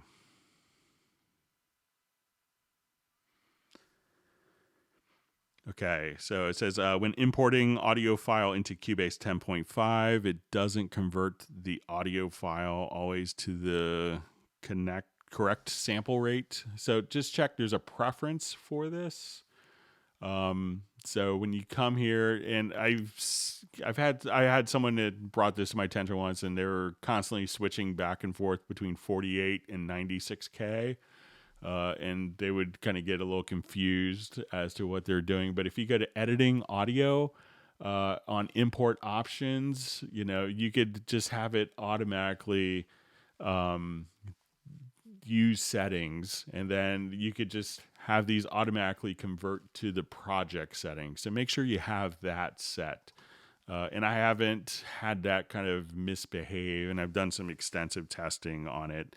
But if you do, just send me a quick email to clubcubase@steinberg.de.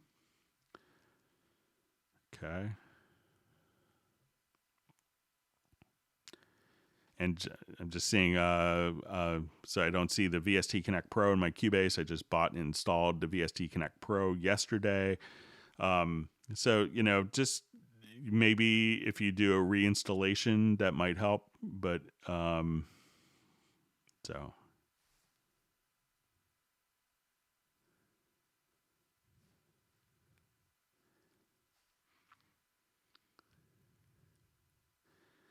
Okay, so I see a question. How do you work in mono only? So, yeah, if you wanted to do all of your monitoring of your projects in mono, I'll just kind of come over here. Let's activate this project.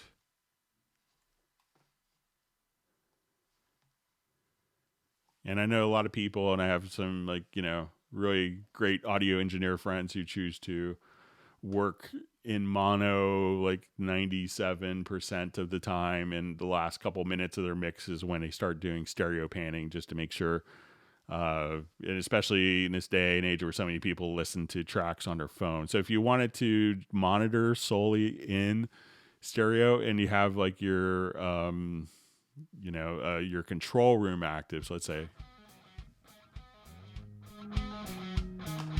we could just go to your down mix presets and choose mono there.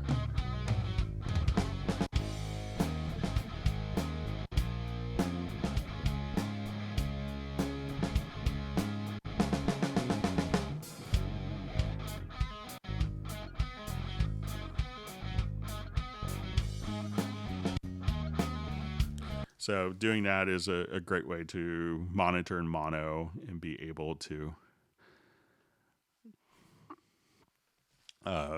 work that way. So it says, please discuss real needs as far as internet speed. And I assume this is with the VST Connect Pro. So I've seen people do it with cell phone connections. I remember someone wrote me a letter. They're like a Greek island with their cell phone, and they did a whole saxophone session tracking with it. So it's not necessarily that you need a super fast connection. It's always helpful. But a stable connection that doesn't fluctuate, which is what you kind of get on a lot of Wi-Fi's. I had someone that was having VST Connect issues, and it ends up that every time, and they're doing it over Wi-Fi, and it worked great until their kids started watching Netflix on the same network, and then it was all over the place and incompatible. So just making sure that you have a stable connection is very important. Okay, so let's move on. Thanks for all the wonderful questions from everyone.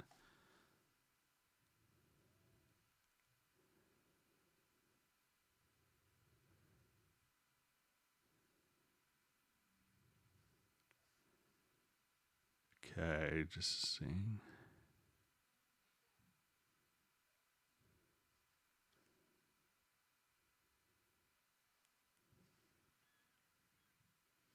Okay, seen discussions of the old PPG plugin. It's 32-bit as well.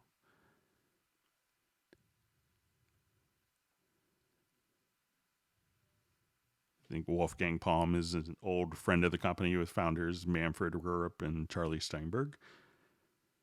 They did an early digital audio workstation called Tango. No, it wasn't Tango. It was. It will come to me in a minute. Topaz, I believe. All right, so just going through different questions, and it's great when people are helping out other people in the comments field as we try to catch up.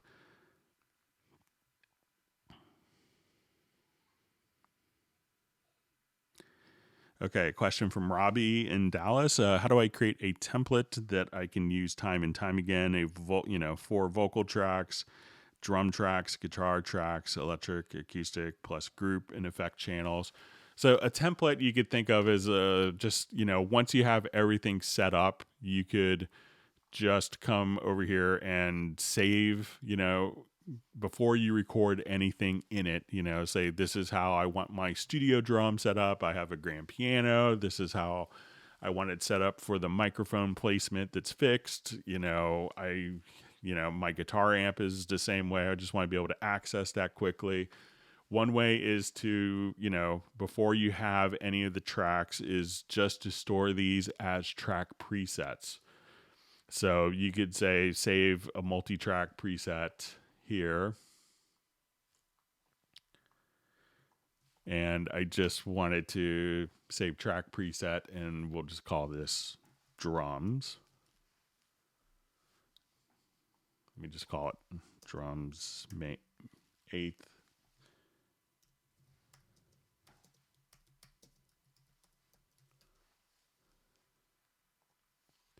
And then if you're kind of, here and you say, okay, I just want to add a track, and we'll say load track preset. And I could just say May.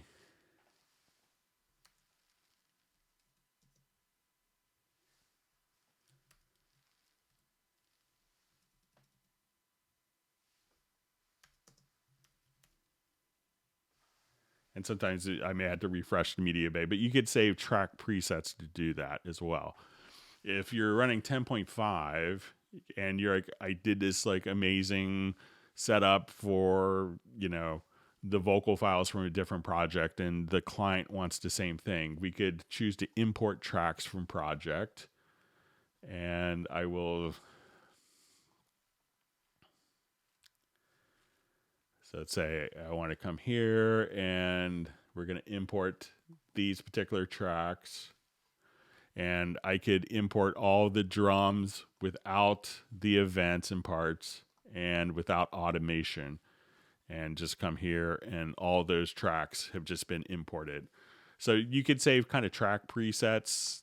The way I would approach it now is probably doing the import tracks from project. And then you could have one project that is, all your different parts set up, and then you could pull in those tracks very easily. So, but, and if you have that already, and if your project, you can save a template from a project, but, if you just want to be able to get, all those settings quickly, I think probably just, importing tracks from project and have maybe one project where things are set up and consolidate. Okay.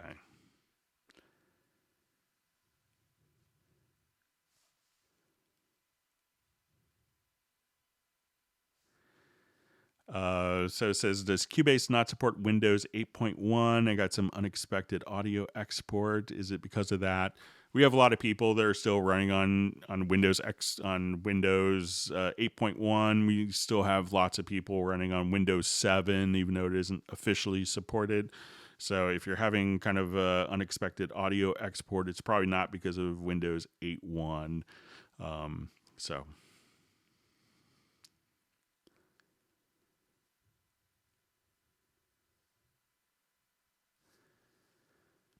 Okay, so question, thanks in advance. Okay, the click choose option in metronome doesn't let me deselect channels 31 and 32. All right.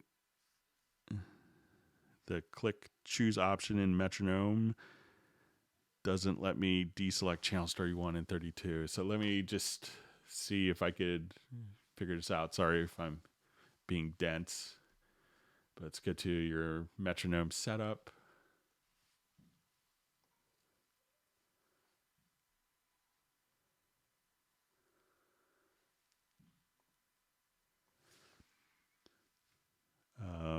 So it says the click choose option in metronome doesn't let me deselect channels 31 and 32. So I'm not sure what the if that's in the metronome setup and what channels 31 and 32 are. So maybe if you could just send a quick, like maybe ask a question or maybe a little more detail in an email. So.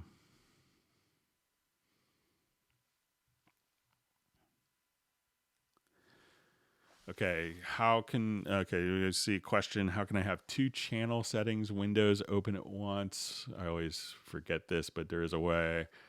So if I have this open,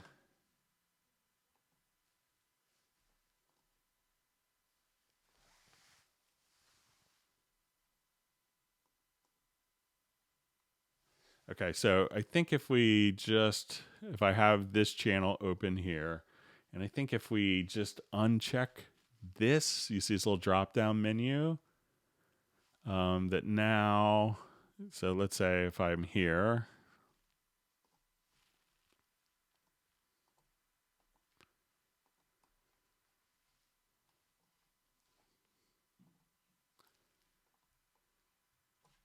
so we have this window here, and let's say if I open up this window,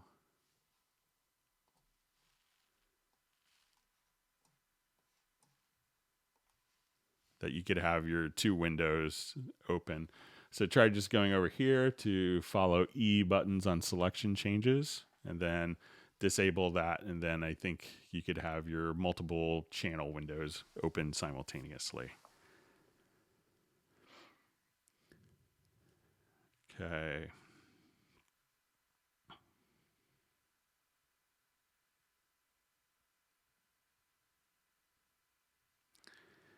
Okay, so we have a question from Trevor. Hi, Greg. I've made it so when you load a plugin into any insert slot, the plugin doesn't appear even though the E button is highlighted. I have to disengage and then press it again to re-engage. Thanks. If you don't want that if you want the plugin to automatically come in, I think it's a preference.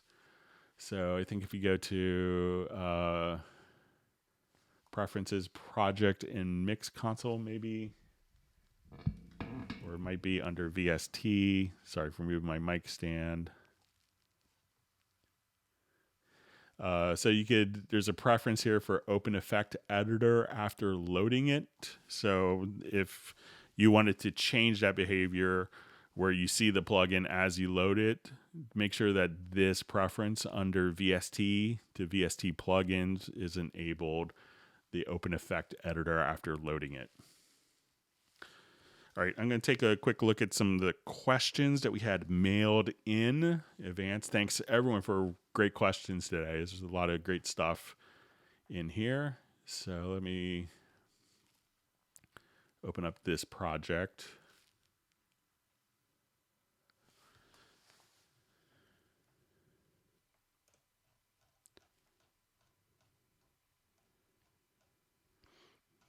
Okay, so we have like 4 pages or so. Okay.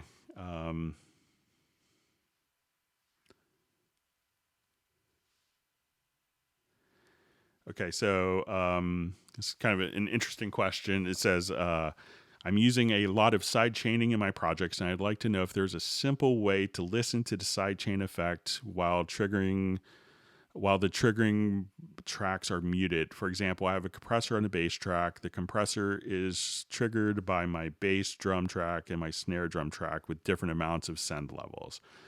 If I put solo on my bass track, the bass and snare tracks will be affected with solo as well. If I want to listen to the effect of the sidechain without listening to the triggering tracks, I have to route both the bass drum and snare drum tracks to no output every time. Basically, I'd like to choose when I solo my bass track if I want to hear the triggering tracks or not, but with the triggering still being active in both cases. All right, so when I come here, let's say we have a side chaining set up, and I'll make sure I don't kill you volume-wise here.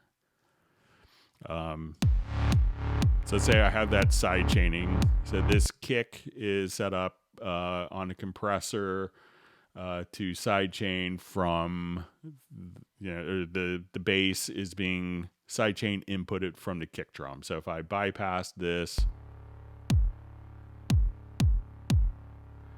but now if I wanted to just apply the sidechaining. So the question was, when doing this and we solo, we don't, if we solo the bass track, we don't hear the result of the side chaining. So if I come here, now we hear the side chaining, but you may not want to hear the kick at the same time. So there's this little L button here, and this will send it to the listen bus. And this is like a little hidden gem. It's kind of not documented well and not really explained so well in documentation. So now if I wanted to listen to the result of the side chaining without hearing the trigger input, click on the L, and now, and without. So just clicking on the L instead of the solo. So just catty corner right down. So if we solo again, and then if we listen to it, so now I can listen to the effect of the sidechain input without the sidechain input.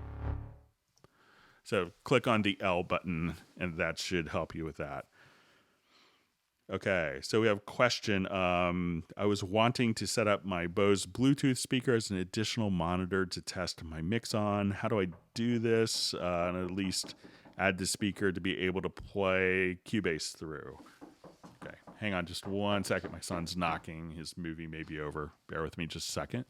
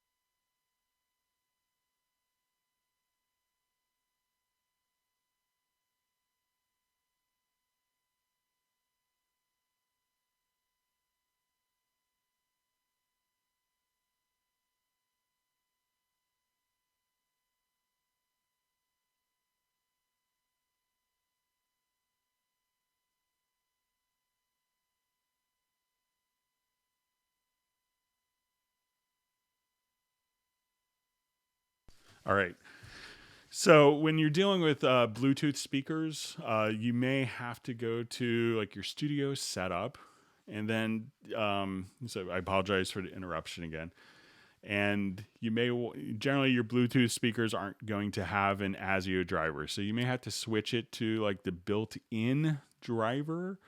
Or depending if you're on PC, you're not going to see a driver. You may see a list here on Core Audio if it has a Core Audio driver. So it may not have a Core Audio driver. Sometimes you could take the built-in and then send that out to Bluetooth. And there's a lot of issues with kind of sending it to Bluetooth. It's not going to be the best choice. Often kind of stereo stuff can get reversed. Sometimes it's down mixed to mono.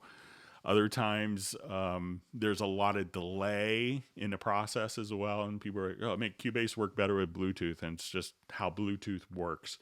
So you may have to just switch your audio interface here to like either the generic low latency and go to the control panel on Windows, or if you see it listed here, but you won't be able to just probably easily, hit a button and have it go to the Bluetooth versus other devices. So generally working with Bluetooth speakers, may not be the best choice.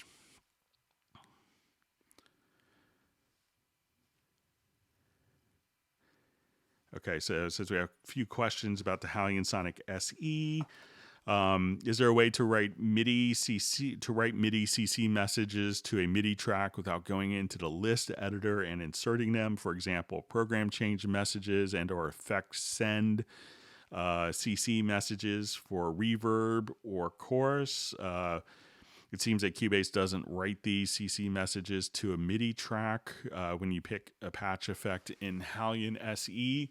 So, depending on a lot of the controls here for Halion Sonic SE will be kind of mapped already for some of the quick controls.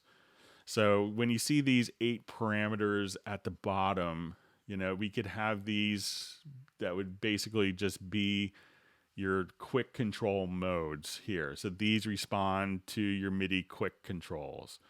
So if I wanted to just, load up, we could, right click and have, your quick controls and be able to set those. And any of the parameters. So if you come in here into the mix and you say, I wanted to adjust my effect send, is you could just right click on it and send it to a quick control. So that's going to be kind of the easiest way to have MIDI CC messages kind of drive that. So we'll move on. Okay, it says during Hangout a couple weeks ago, you mentioned that the MIDI values 1, 2, and 3, if only listed, and it only lasted a second. I can't seem to find it. Value 1 is pitch, value 2 is velocity. What is value 3? On a MIDI note message, value 1 is pitch, value 2 is down velocity, value 3, and this could be very subtle, is release velocity. And it says, and does this apply only if type is set to note? Yeah, so different MIDI messages will do that. So it says, did the values change otherwise? So if you have a MIDI pitch bend, there's not going to be a value 2. So it'll be value, the MIDI message is pitch bend, and value 1 is the amount of the pitch bend. If you have a MIDI CC message like modulation, a continuous controller, value 1 would be the controller number of 1 through 127. And the value of the modulation is value 2, and there's no value 3. So it really depends upon the type of MIDI message.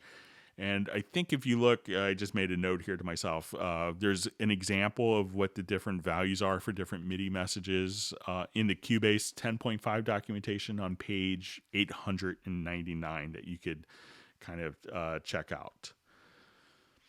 Okay, we had a question. Is there a way to automate pitch in an audio region, for example, starting at the beginning of the region with, and then ending, let's say, in this example is minus 24 semitones. So let's say if I have an audio example here, and we want to automate pitch bend. So let's say we have a file.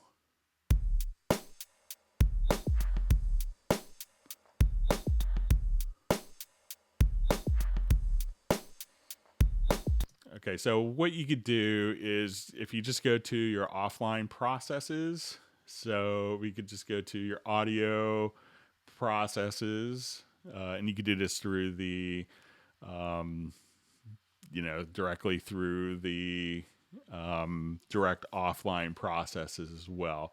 Is you could go to your pitch shift, and you could just go to your envelope, set your range, and I think we could do 16 semitones. And if you wanted to automate that pitch bend range, and you could do it on a selection. So we could do 16 semitones. So now if we wanted to listen to that.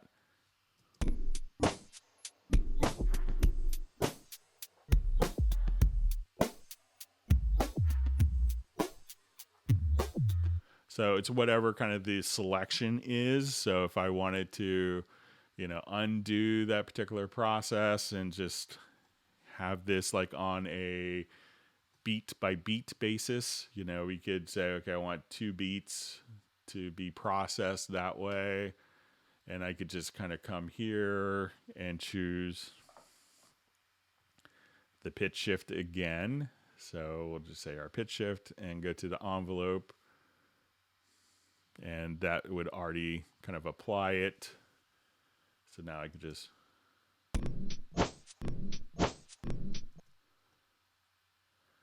And if you want to do kind of the opposite thing, let's say for a longer region here, so let's say for 3 bars, then that would just automatically do that more spaced out. So that's one way of being able to do it. And there's a kind of a follow-up question. It says, why can't I automate the ADSR in Groove Agent SE? I kind of had sent that to our project planning teams, and they said they got it to work, but I haven't been able to get it to work. So I'll make sure to follow up with them on that. Okay, so we see a question. I think we covered this in the last Hangout as well. It says, I'm a bamboo flute player, and my flute is tuned to 444 hertz. So how to use Very Audio on it is my question. I get pads from the pad shop and the pitch to 444 there. It's just a drone, so no chord changes there. There are only 2-track pads and flutes. So, once you're kind of doing, like some very audio editing, don't think so let's say if I have my flute here, I have kind of just a flute, and I notice this isn't a bamboo flute. So, but if we wanted to come here to the Very Audio, we could see kind of our tuning. So, and how Very Audio will work is it'll snap to, assuming that A is 440. So just come here and adjust, you have transposing that you could do on the info line. So you could transpose the pitch there by sense. You have sense and semitone. So you could just adjust the sense here, and that will raise the pitch up. And then, as the overall pitch scales up, you could then snap this directly to being in tune. So, okay. All right, so we had kind of 2 questions. I think I may have emailed the person. And if you get a chance when you email questions to me, if you could, sometimes how it's forwarded to me, I can't see the original person's email. So if you could include your email address, that'd be great. So it says, I'm new to Cubase. Do you have a video, or you can walk me through setting up external hardware with Cubase, like a reverb, preamp, compressor? And then also another question kind of along these same lines. How can I route an existing track to an external hardware effect? For example, say I recorded a guitar track and I want to run it through my external delay or some other unit, either when I'm mixing down or to print the affected version to a track. How would I do that? So if you wanted to do that, we could go directly to your audio connections, and in Cubase Pro, we could have external effects. So here we could have like your LA2A, a DBX, a Boss pedal, and you need to have available inputs and outputs on your audio interface. So if you have the ins and outs on your audio interface, we connect these to those inputs and outputs. When we want to go route those particular effects, we could go to like an insert. We would see under external plugins, and then you say, this is going to my Boss pedal.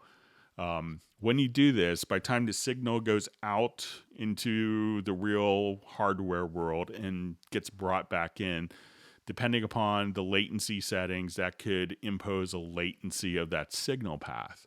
And Cubase can compensate for that by clicking on this little ping symbol, and you click there. That will measure the latency of that signal path going out into the real world, since we don't know what it is, and can compensate for it. So once again, go to your studio, to audio connections, click on the external effects tab, define the inputs and outputs of your audio interface, and then you could just simply have your external processing kind of treat it the same way. Okay. So it says, "Hi, Greg. I have a question for next Hangout. Is it possible to export sampled instrument that I made in Halion to any other format, like SF2, for example?" So I think everything is going to be in Halion format, and I don't think you will be able to export it to other file formats. And in the question, there's, I think some earlier versions you could do that, and then there was some encryption that was, I think, added, or protection that's added for the sample so that developers could do it and not have it be immediately pirated. And that became part of Halion, where it could actually kind of tie into that. So I don't know a way to export it to SF2 for, I believe that's sound fonts. But when you make a Halion instrument, you can get the freely available Halion Sonic SE player. So there's if you're doing it just so that it's compatible widely, you don't have to have Halion to play it back. You can play it back with any Cubase version, or download the Halion Sonic SE player and distribute that. So unless you really need it for SF2 formats, but if you're looking for a free way to distribute a player for an instrument created in Halion, you could do that already. Okay, so we have a question, and we may have covered this a little earlier. I'll just go ahead and read through the question. "I'm running a Mac Pro 12-core, 3.46 gigahertz, and often find Cubase struggles when running a few instances of Contact, Style Length, and Avenger. All samples are for Contact, run off SSDs, and I don't run CPU-heavy effects. According to Activity Monitor, only a small number of cores are being used with low actual usage, whereas the CBB Activity Monitor is hitting the red more often than not. I have to farm instructions out to VEP on either the same Mac or an other Mac slaves. In the preferences, performance as you guard is set to moderate with multiprocessor active. Any advice would be most welcome. Make sure that you're splitting, again, the cores, like having fewer instances of Contact or more instances of Contact with fewer instruments, and that's going to be able to scale. And the system, the Activity Monitor is probably not going to be able to determine the effect of running, a low buffer size. So that's not always so applicable for what's going on with your real-time performance. So, check your buffer size as well. But if you're running one instance of Contact with 12 or 16 instruments, know that how that's going to work with any DAW is that that's going to focus on one core. So try to run more instances of the same plugin with fewer sounds in each one, and that will split across the cores. Okay.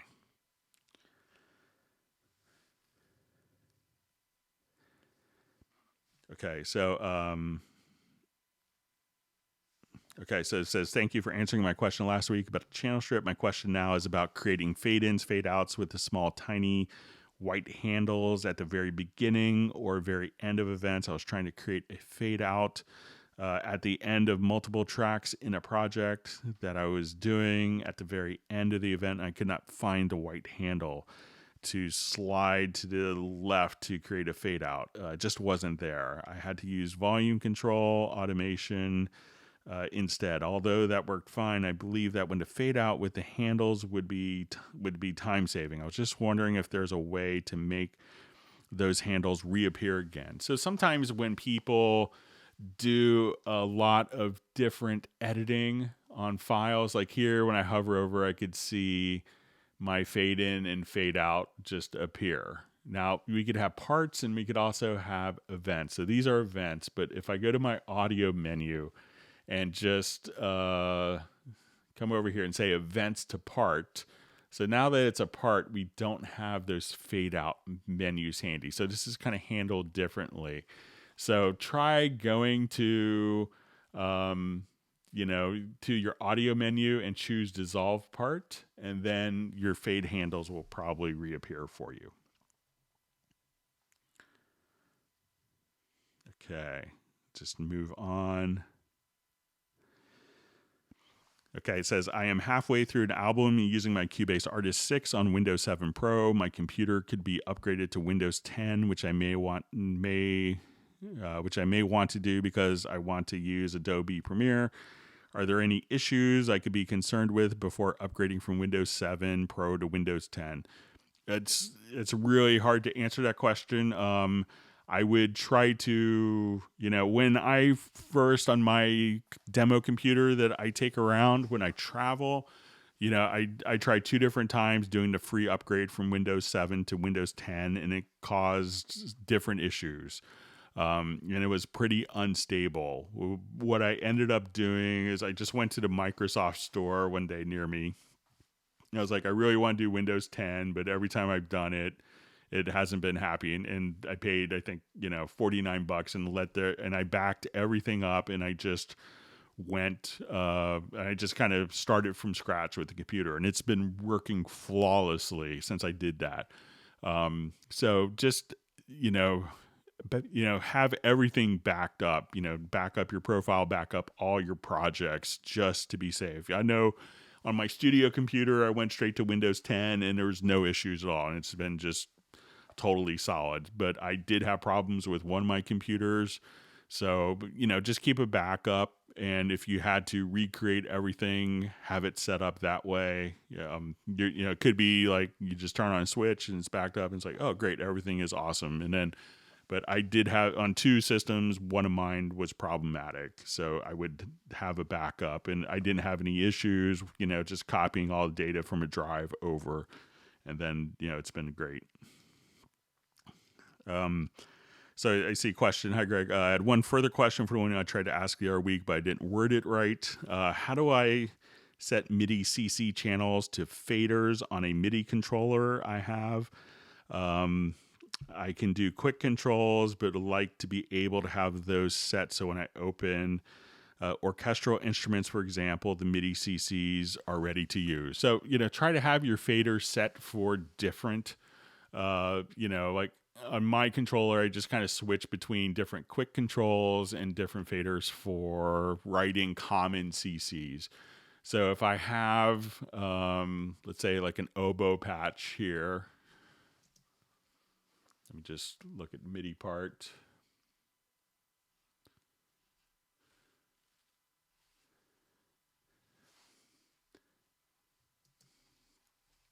And let me just open this up. I may have changed the sound on it. Let me just.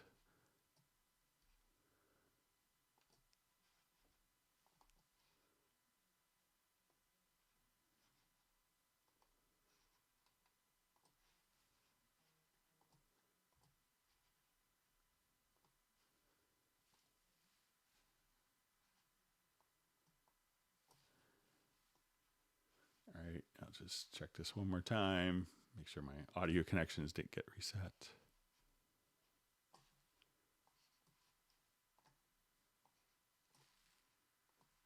All right, so if I wanted to record my CC data here, have separate faders for your control. So on my, so when I want to do more expressive things, I could just kind of hit record here, move my modulation wheel.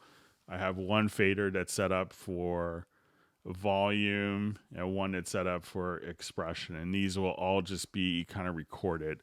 So, but if you have the same faders set up to do quick controls, you may have to change which MIDI CC messages or which port they're actually being kind of transmitted from for that to work. But you could just record those as MIDI CC directly into your value. So I know some people have a dedicated quick control box, and some people have other like MIDI fader boxes just for writing MIDI CCs and keep those separate.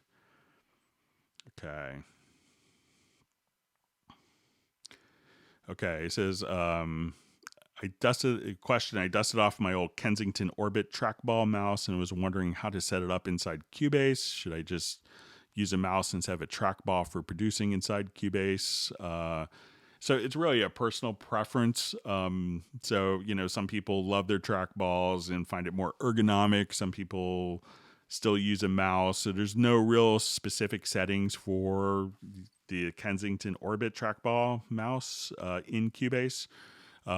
Sometimes you could, it may have like a little control panel app for additional buttons that could do stuff. So I know some people will set up a button for the mixer or a button for the editors so that you don't have to trigger keyboard shortcut, but there's nothing really specific in Cubase that you would need to set up. And it's a personal preference. For years, I went back and forth between trackballs and mice, just to make sure I wouldn't have develop repetitive stress motions and like carpal tunnel syndrome and stuff like that. Okay. So it says, kindly suggest basing on vocal melody for Indian music.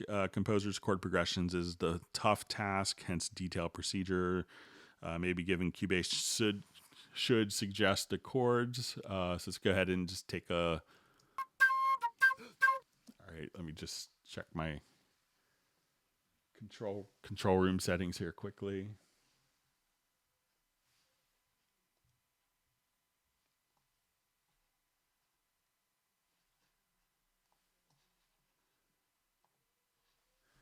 Okay, I'll just try reverting this project. So if you have just a melody and you want Cubase to, come up with the chord tracks, it doesn't do that automatically, but we can show you kind of a way to make it work for you.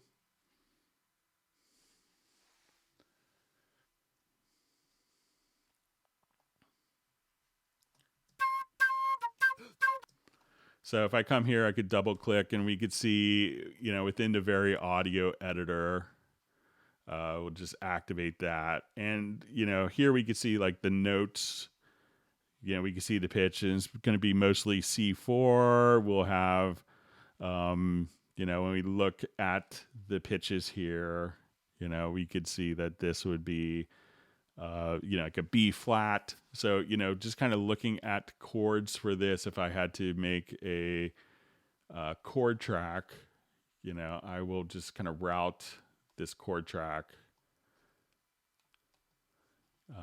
And I'll just route it to a Hallian Sonic SE, and I'll just load up a particular, like a road sound of some kind.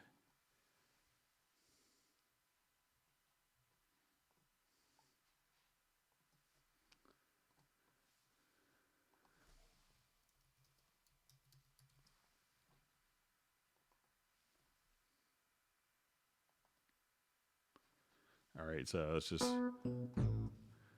So now if I wanted to just audition different chords kind of while it's playing, so I could just have this routed, my chord track, and I'm just going to route that to the Hallian Sonic SE. And so I can say, let's make that a flat 7th chord. So we can say, or maybe I want to make it minor chord. So you could kind of listen to it and audition. See.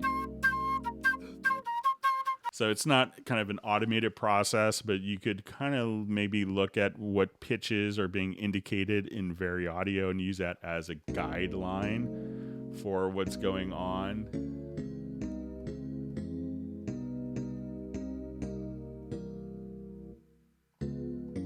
So you can play around with that. That might kind of get you started. Okay, so we had, hey Greg, can you explain more about the offline processing, especially when using reverb or delay to extend the waveform? It's not clear. There are 2 options to extend the process, tail in milliseconds. It's confusing. Another thing is that I try to use on a vocal, it says it asks to bounce. Is that always going to be like that? It's kind of annoying. Thank you. So if I wanted to come here and I have my flute, and I wanted to do a reverb on it, I'll come over here and let's get to my direct offline processing, and I'll just look at plugins, and I wanted to now listen to it with, let's say, just a revelation reverb on it.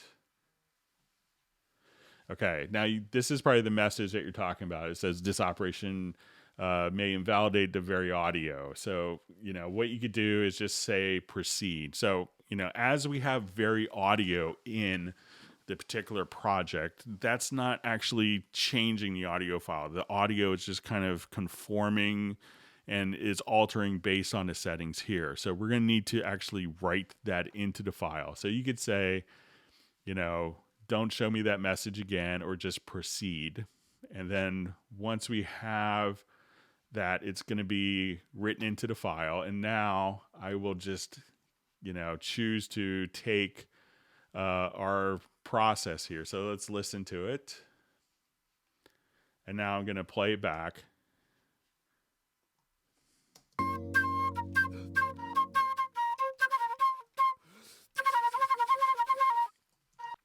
All right, so if I wanted to do something now, like, okay, I wanted to add a delay, and this makes it illustrate this a little better. So I just want to add a stereo delay to that file.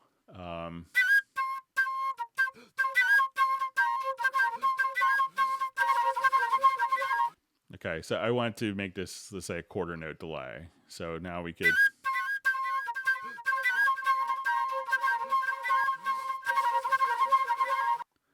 All right, now what we want to do is where we have this play at the end of the file here. I'll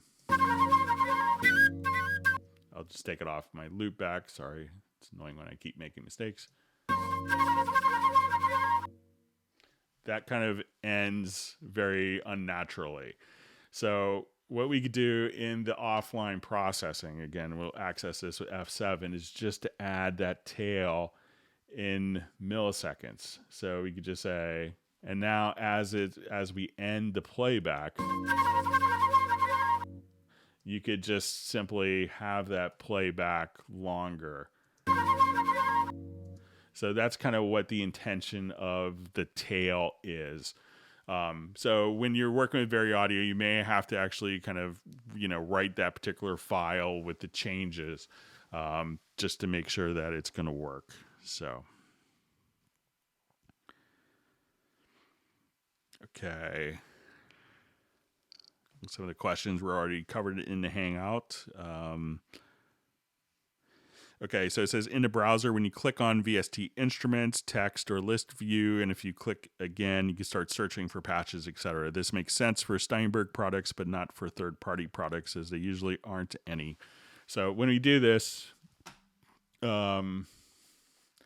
we could just come over here and say, I want to go to my VST Instruments, and I want to look for presets for Pad Shop.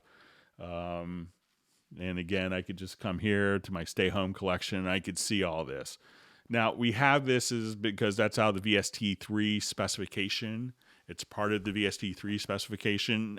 So a lot of third-party plugins have their own browsing management system. We're not preventing them from having their plugin, their patch presets, and they're showing up there. It's really up to the third party if they wanted to implement that. And we have a question: how can I set up track quick controls so every time I create a new track, it has those quick controls ready, i.e. pre-low cut, etc., without having to set it up every time? I haven't found a way to have it automatically set, but I'll play around with it some more. Okay.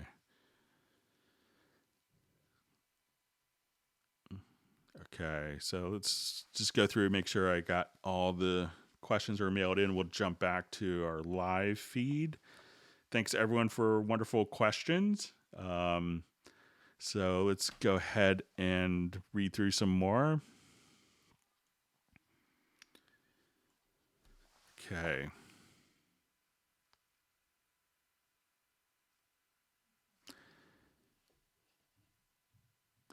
Okay, so question, is there a function to align, for example, a DI track with a mic to bass amp to solve phase besides moving audio manually or doing phase 180 in one of the tracks to correct phase? Thank you, Greg.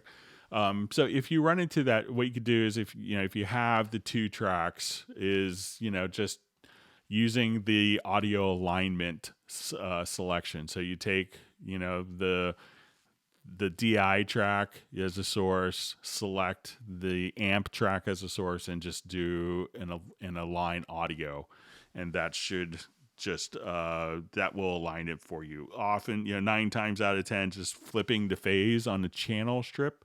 So when you come here and just flipping the phase there, that will automatically align it as well. But if not, you could just manually do it.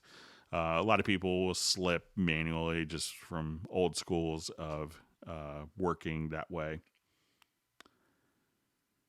Okay.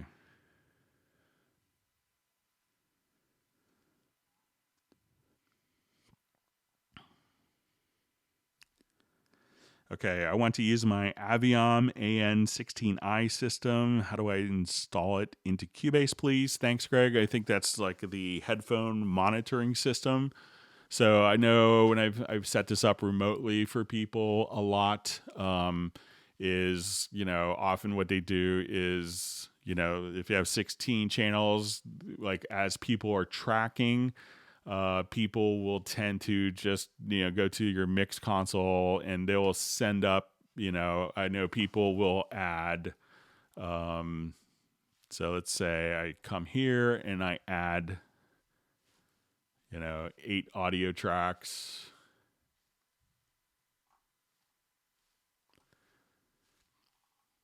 And then I will have like 16 channels. So let's say I have 8 stereo sends. So I will come directly here and let's add 8 group tracks.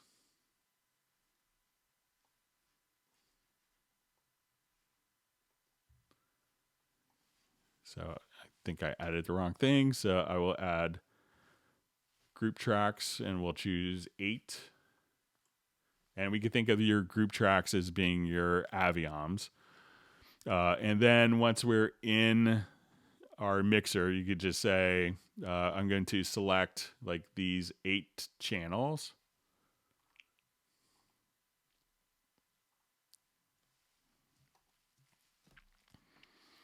And at this point, so we have those selected, and I can say, we want, and I'm going to hold down Alt or Option Shift, and I want to send these all to group 1, and that could be like one headphone mix on your Aviom system, and you'll just kind of do this for your sends during tracking, etc. So you could just kind of keep doing this. Let's go ahead and activate them all. And then when you send this particular channel to different groups, that's going to then be sent out to the Aviom system. So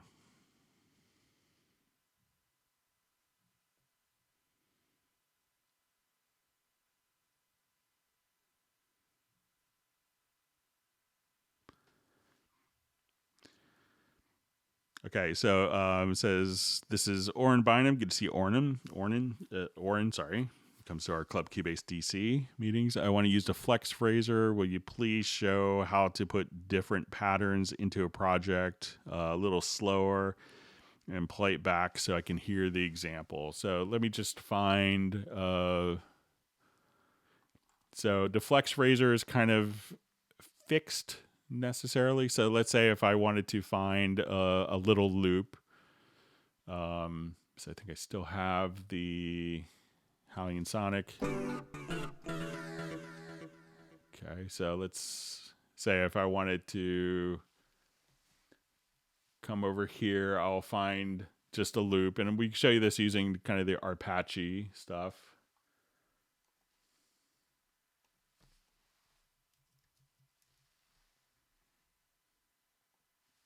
So I'll just listen to kind of a preview.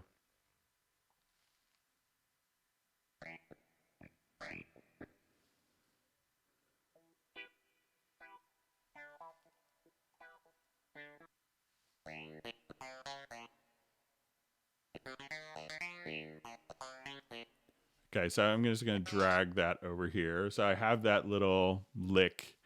And what I could do now is if I wanted to trigger that through like an arpeggio. So if I listen to just my clav here,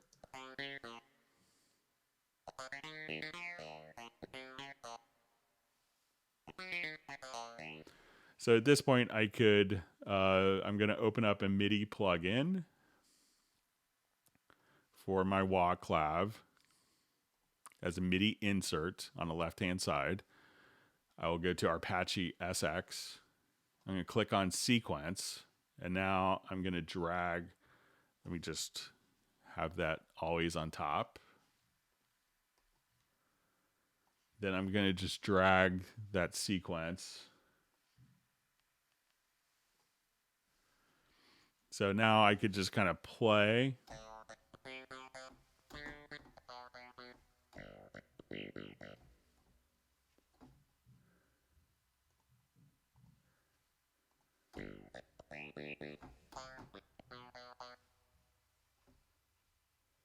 So that's one way that you could kind of just actually just, you know, take.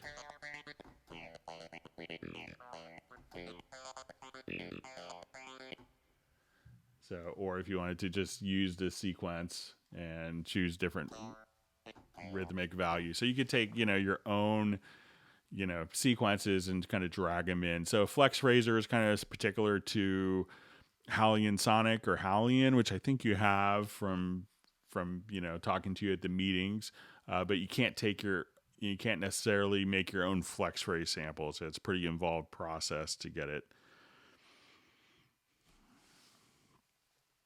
Okay.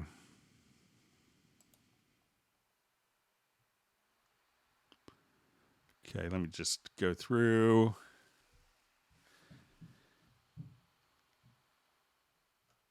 All right, my timeline just jumped ahead. I hope everyone's learned a couple of tips and tricks. Let me just find my place where I was.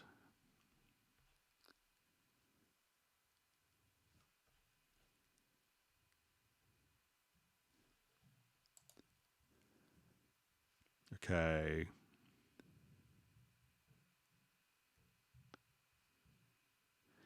Okay, so just a question. Okay, sorry, how to bounce to mono.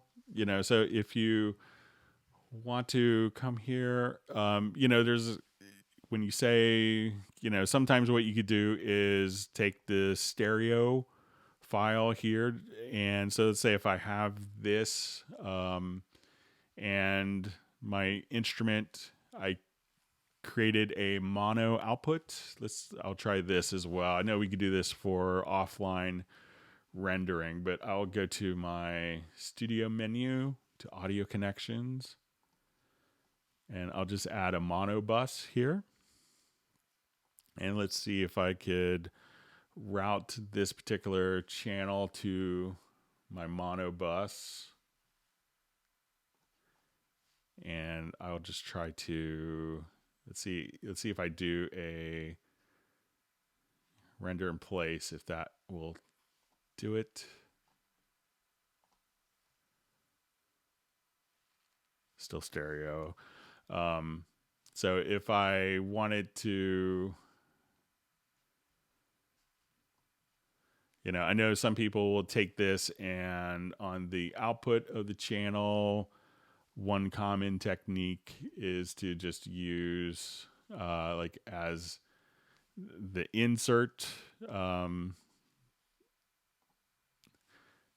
There's a stereo to mono plugin for sound. So if you're doing like bass or kick or snare, so if you come over here, you could just say the stereo enhancer and you just kind of switch this to mono. So as you play back, so that'll give you kind of the mono sound. But I know it's not convenient to automatically bounce it to mono when it's a stereo source of an instrument. Okay, so see, when I change a pitch in Vari Audio in solo mode, I have to push S twice so I can hear. So let's go ahead and take a quick look at that. So if we go back to, let's say, our flute, I'll revert this project quickly.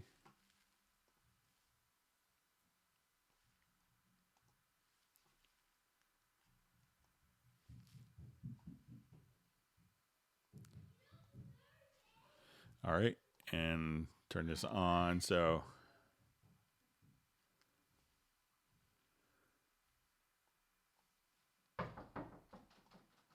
hang on just 1 second. My son's knocking on the door.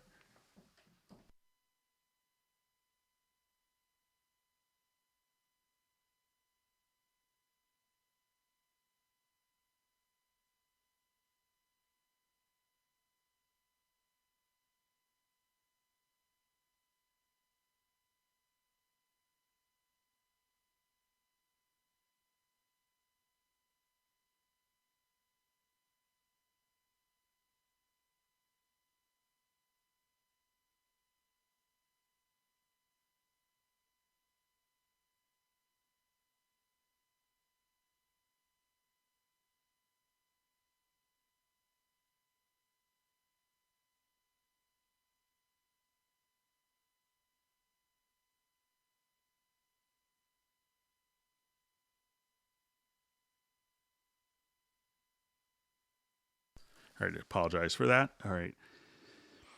Okay, so it says when I change pitch in Vari Audio in solo mode, I have to push S twice so I can hear. So I think that once you...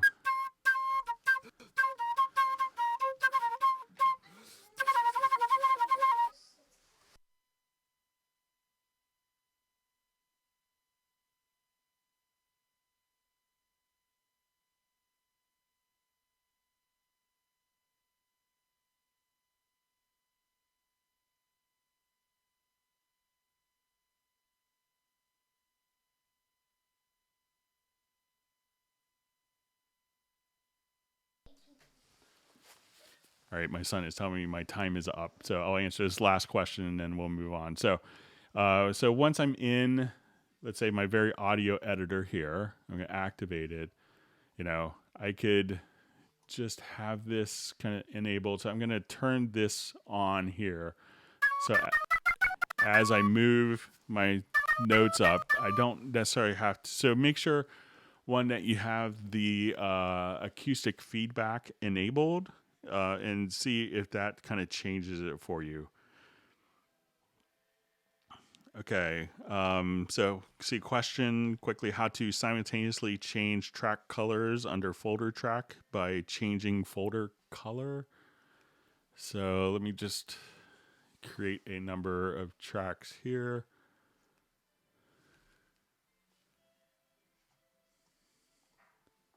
So let's say if I have these folder tracks, and I'll go ahead and change the color.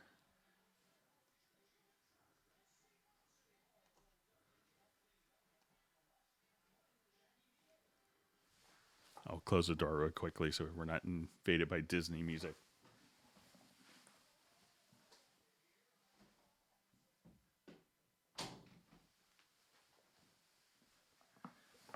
Don't want to get a copyright infringement from Disney for my YouTube video. All right, so I want to say, let's say if we change the color there, I think there might be a preference for this. So I'm trying to remember.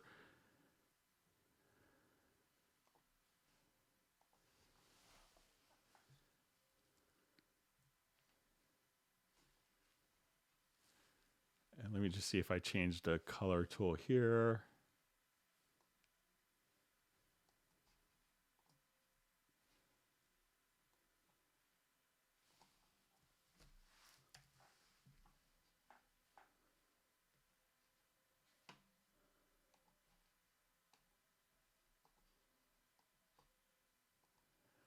I think that there's a preference to do that, but I'm having a mind cramp on that. So, okay. But if you email me at clubcubase@steinberg.de, I'll try to get it figured out.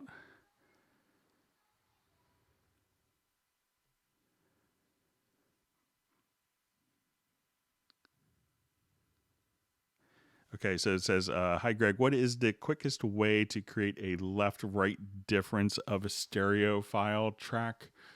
There isn't a direct, like a left minus right feature. I know some plugins do that, and WaveLab does it, but there isn't a function in Cubase that I know of that could automatically kind of just puts you into like a left minus right. So I know some people will just kind of do a mono down mix, but it's a different kind of monitoring scenario. But I'll pass that along. It's a good option to have. All right, so let's go on to some other questions. We'll be wrapping up in a couple minutes here. So it says, will I ever do a Google Hangout for Dorco? Film composers are curious. We have a whole, my colleague, John Barron, he's based in the UK outside London.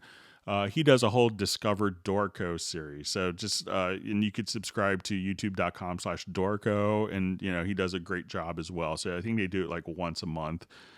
So there is a whole Discover Dorco series, and, tons of the videos available on YouTube to check out as well. So we've had, a lot of great interest from film composers. Okay. Okay, so it says, in the chord track guitar player voicings, is there any way to trigger power chords?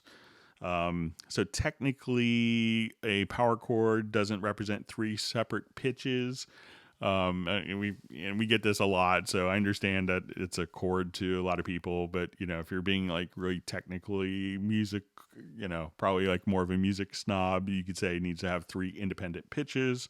So that's probably why you don't see like a C5 chord being represented, So I don't know of a way to do that for the voicings in guitar track, in the chord track for the guitar settings.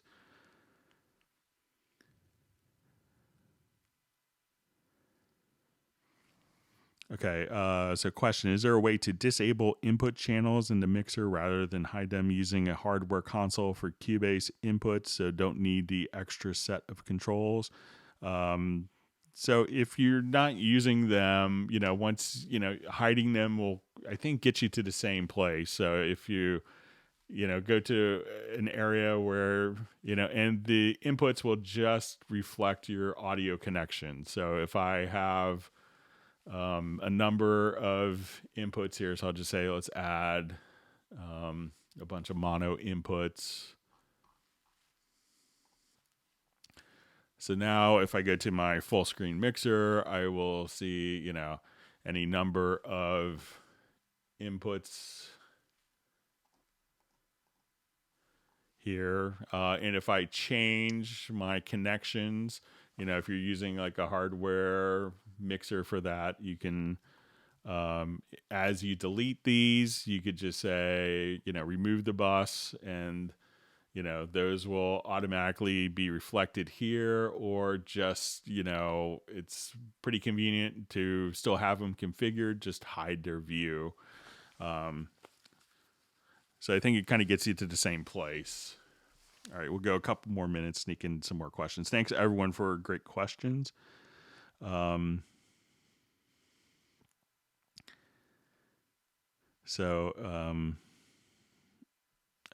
so Greg, what's your view on using a trackball or mouse in Cubase Pro 10.5? My desk space is very tight, and got my trackball out ready to use. Thanks. Yeah, I mean, I currently use a mouse, and I usually travel like incessantly, which is kind of stopped during the pandemic that's going on. So this is like the first time where I've kind of worked in a traditional office. I'm usually out, 2 or 3 weeks a month, traveling and visiting people.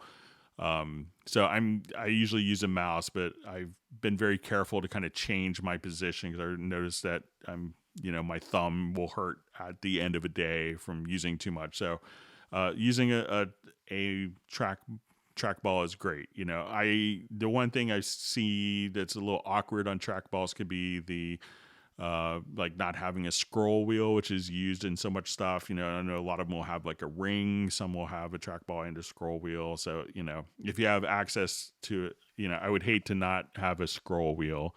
But yeah, definitely, run a trackball. Whatever works for you is great. Okay, let's see. So can you show us a couple of tricks for faster MIDI editing? we'll take a look at some stuff. Let's say,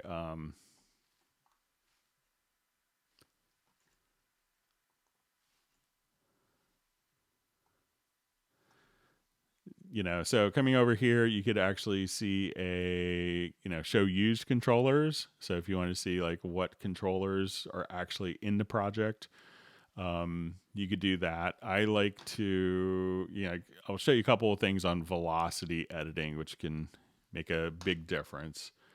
So, being able to take a range, be able to say, okay, I want to take my velocity here. But if I had selected a range of notes, some of the things that are kind of cool is being able to tilt velocity. So if you have velocity changes and you just wanted to tilt those, you could do that. You could also compress your velocities here. So you say, okay, I want those to not be as farly spread apart, and I wanted these tilted. You could do all these kinds of things very easily. So there's a couple of quick things, but if you have like specific things like I need to do this better, then it will stop me from rambling on a lot. So,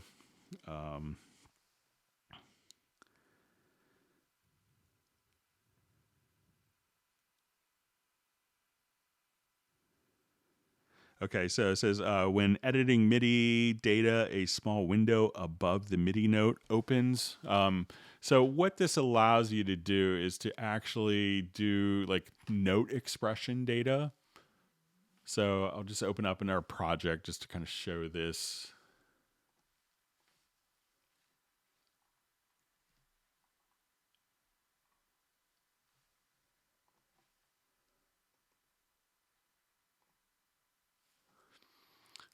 So when we have like different notes, like if I wanted to take, so often, to make MIDI a bit more expressive, if you double click on a note, and this is kind of different behavior, but the other sequencers really don't have this functionality. I could like take a brass part here.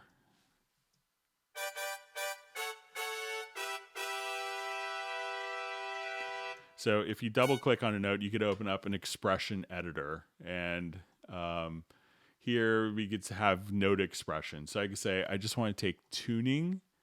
And now what I could do is, and generally the MIDI specification is set so that like if I do pitch bend, it's going to be global on like every note that's on that MIDI channel. So here I could just, change like the tuning or volume of different notes on a note by note basis. So I can say I want that note to fade in. I want this note to fade up and then down. And I wanted this note to, the chord to automatically fade down. And this works with VST35 instruments, Retrolog, Pad Shop, the Hallian family. So now that we have that done, I could just listen to it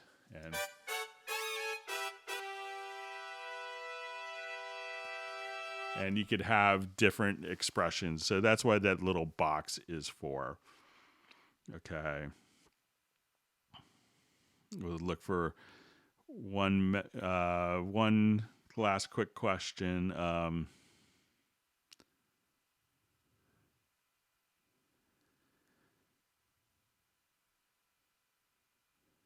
Okay, so we'll do this. Can you show metronome how to use switch between factory installed patterns? So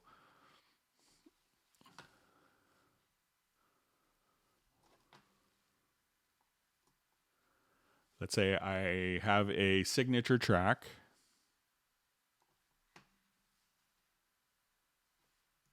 And I turn on my metronome here.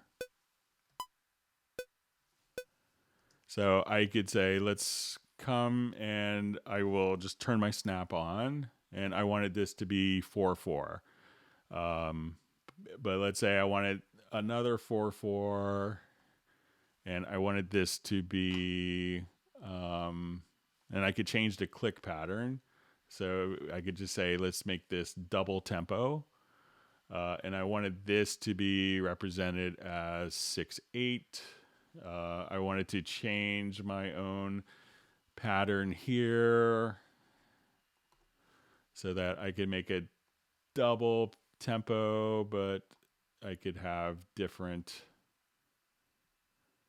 kind of pulses. So I could have the same meter with kind of typical metronome.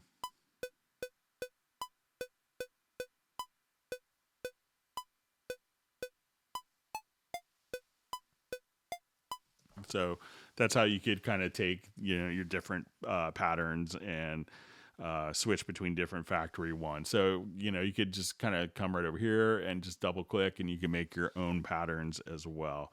And there will be kind of, if you see this little drop down of patterns, when you go to your transport and go to metronome setup and go to your click patterns, you could add your own click patterns as well. But these are ones that will draw through or draw from, so you could have complete access to it. Okay. Okay, so we'll go ahead and wrap up. I want to thank everyone for great questions. I think we've gone about 3.5 hours. We'll be doing another hangout we'll do another hangout Tuesday at 1 o'clock U.S. Eastern Time, so the same time here. If you have liked the video, give it a thumbs up. Let your friends know. Watch it again. We'll try to have the index for all the questions that were asked done tonight. So hopefully we'll have that all set tonight or at the latest tomorrow morning, U.S. time. So I'll have to go through and do the index. We want to make sure that everyone is safe and healthy. If you have questions that you want submitted for the next Hangout, please feel free to send them to clubcubase at steinberg.de, and it's always helpful if you could include your email address in the body of the message if it's something that I could give you a quick response on. And again, please, everyone, stay safe, healthy, and thank you for all the wonderful questions. It's a joy to help people from throughout the world. And I really appreciate everyone being involved with the Hangouts. It makes it a joy for me. So thank you very much, and we will see you next time. Have a great weekend. Bye.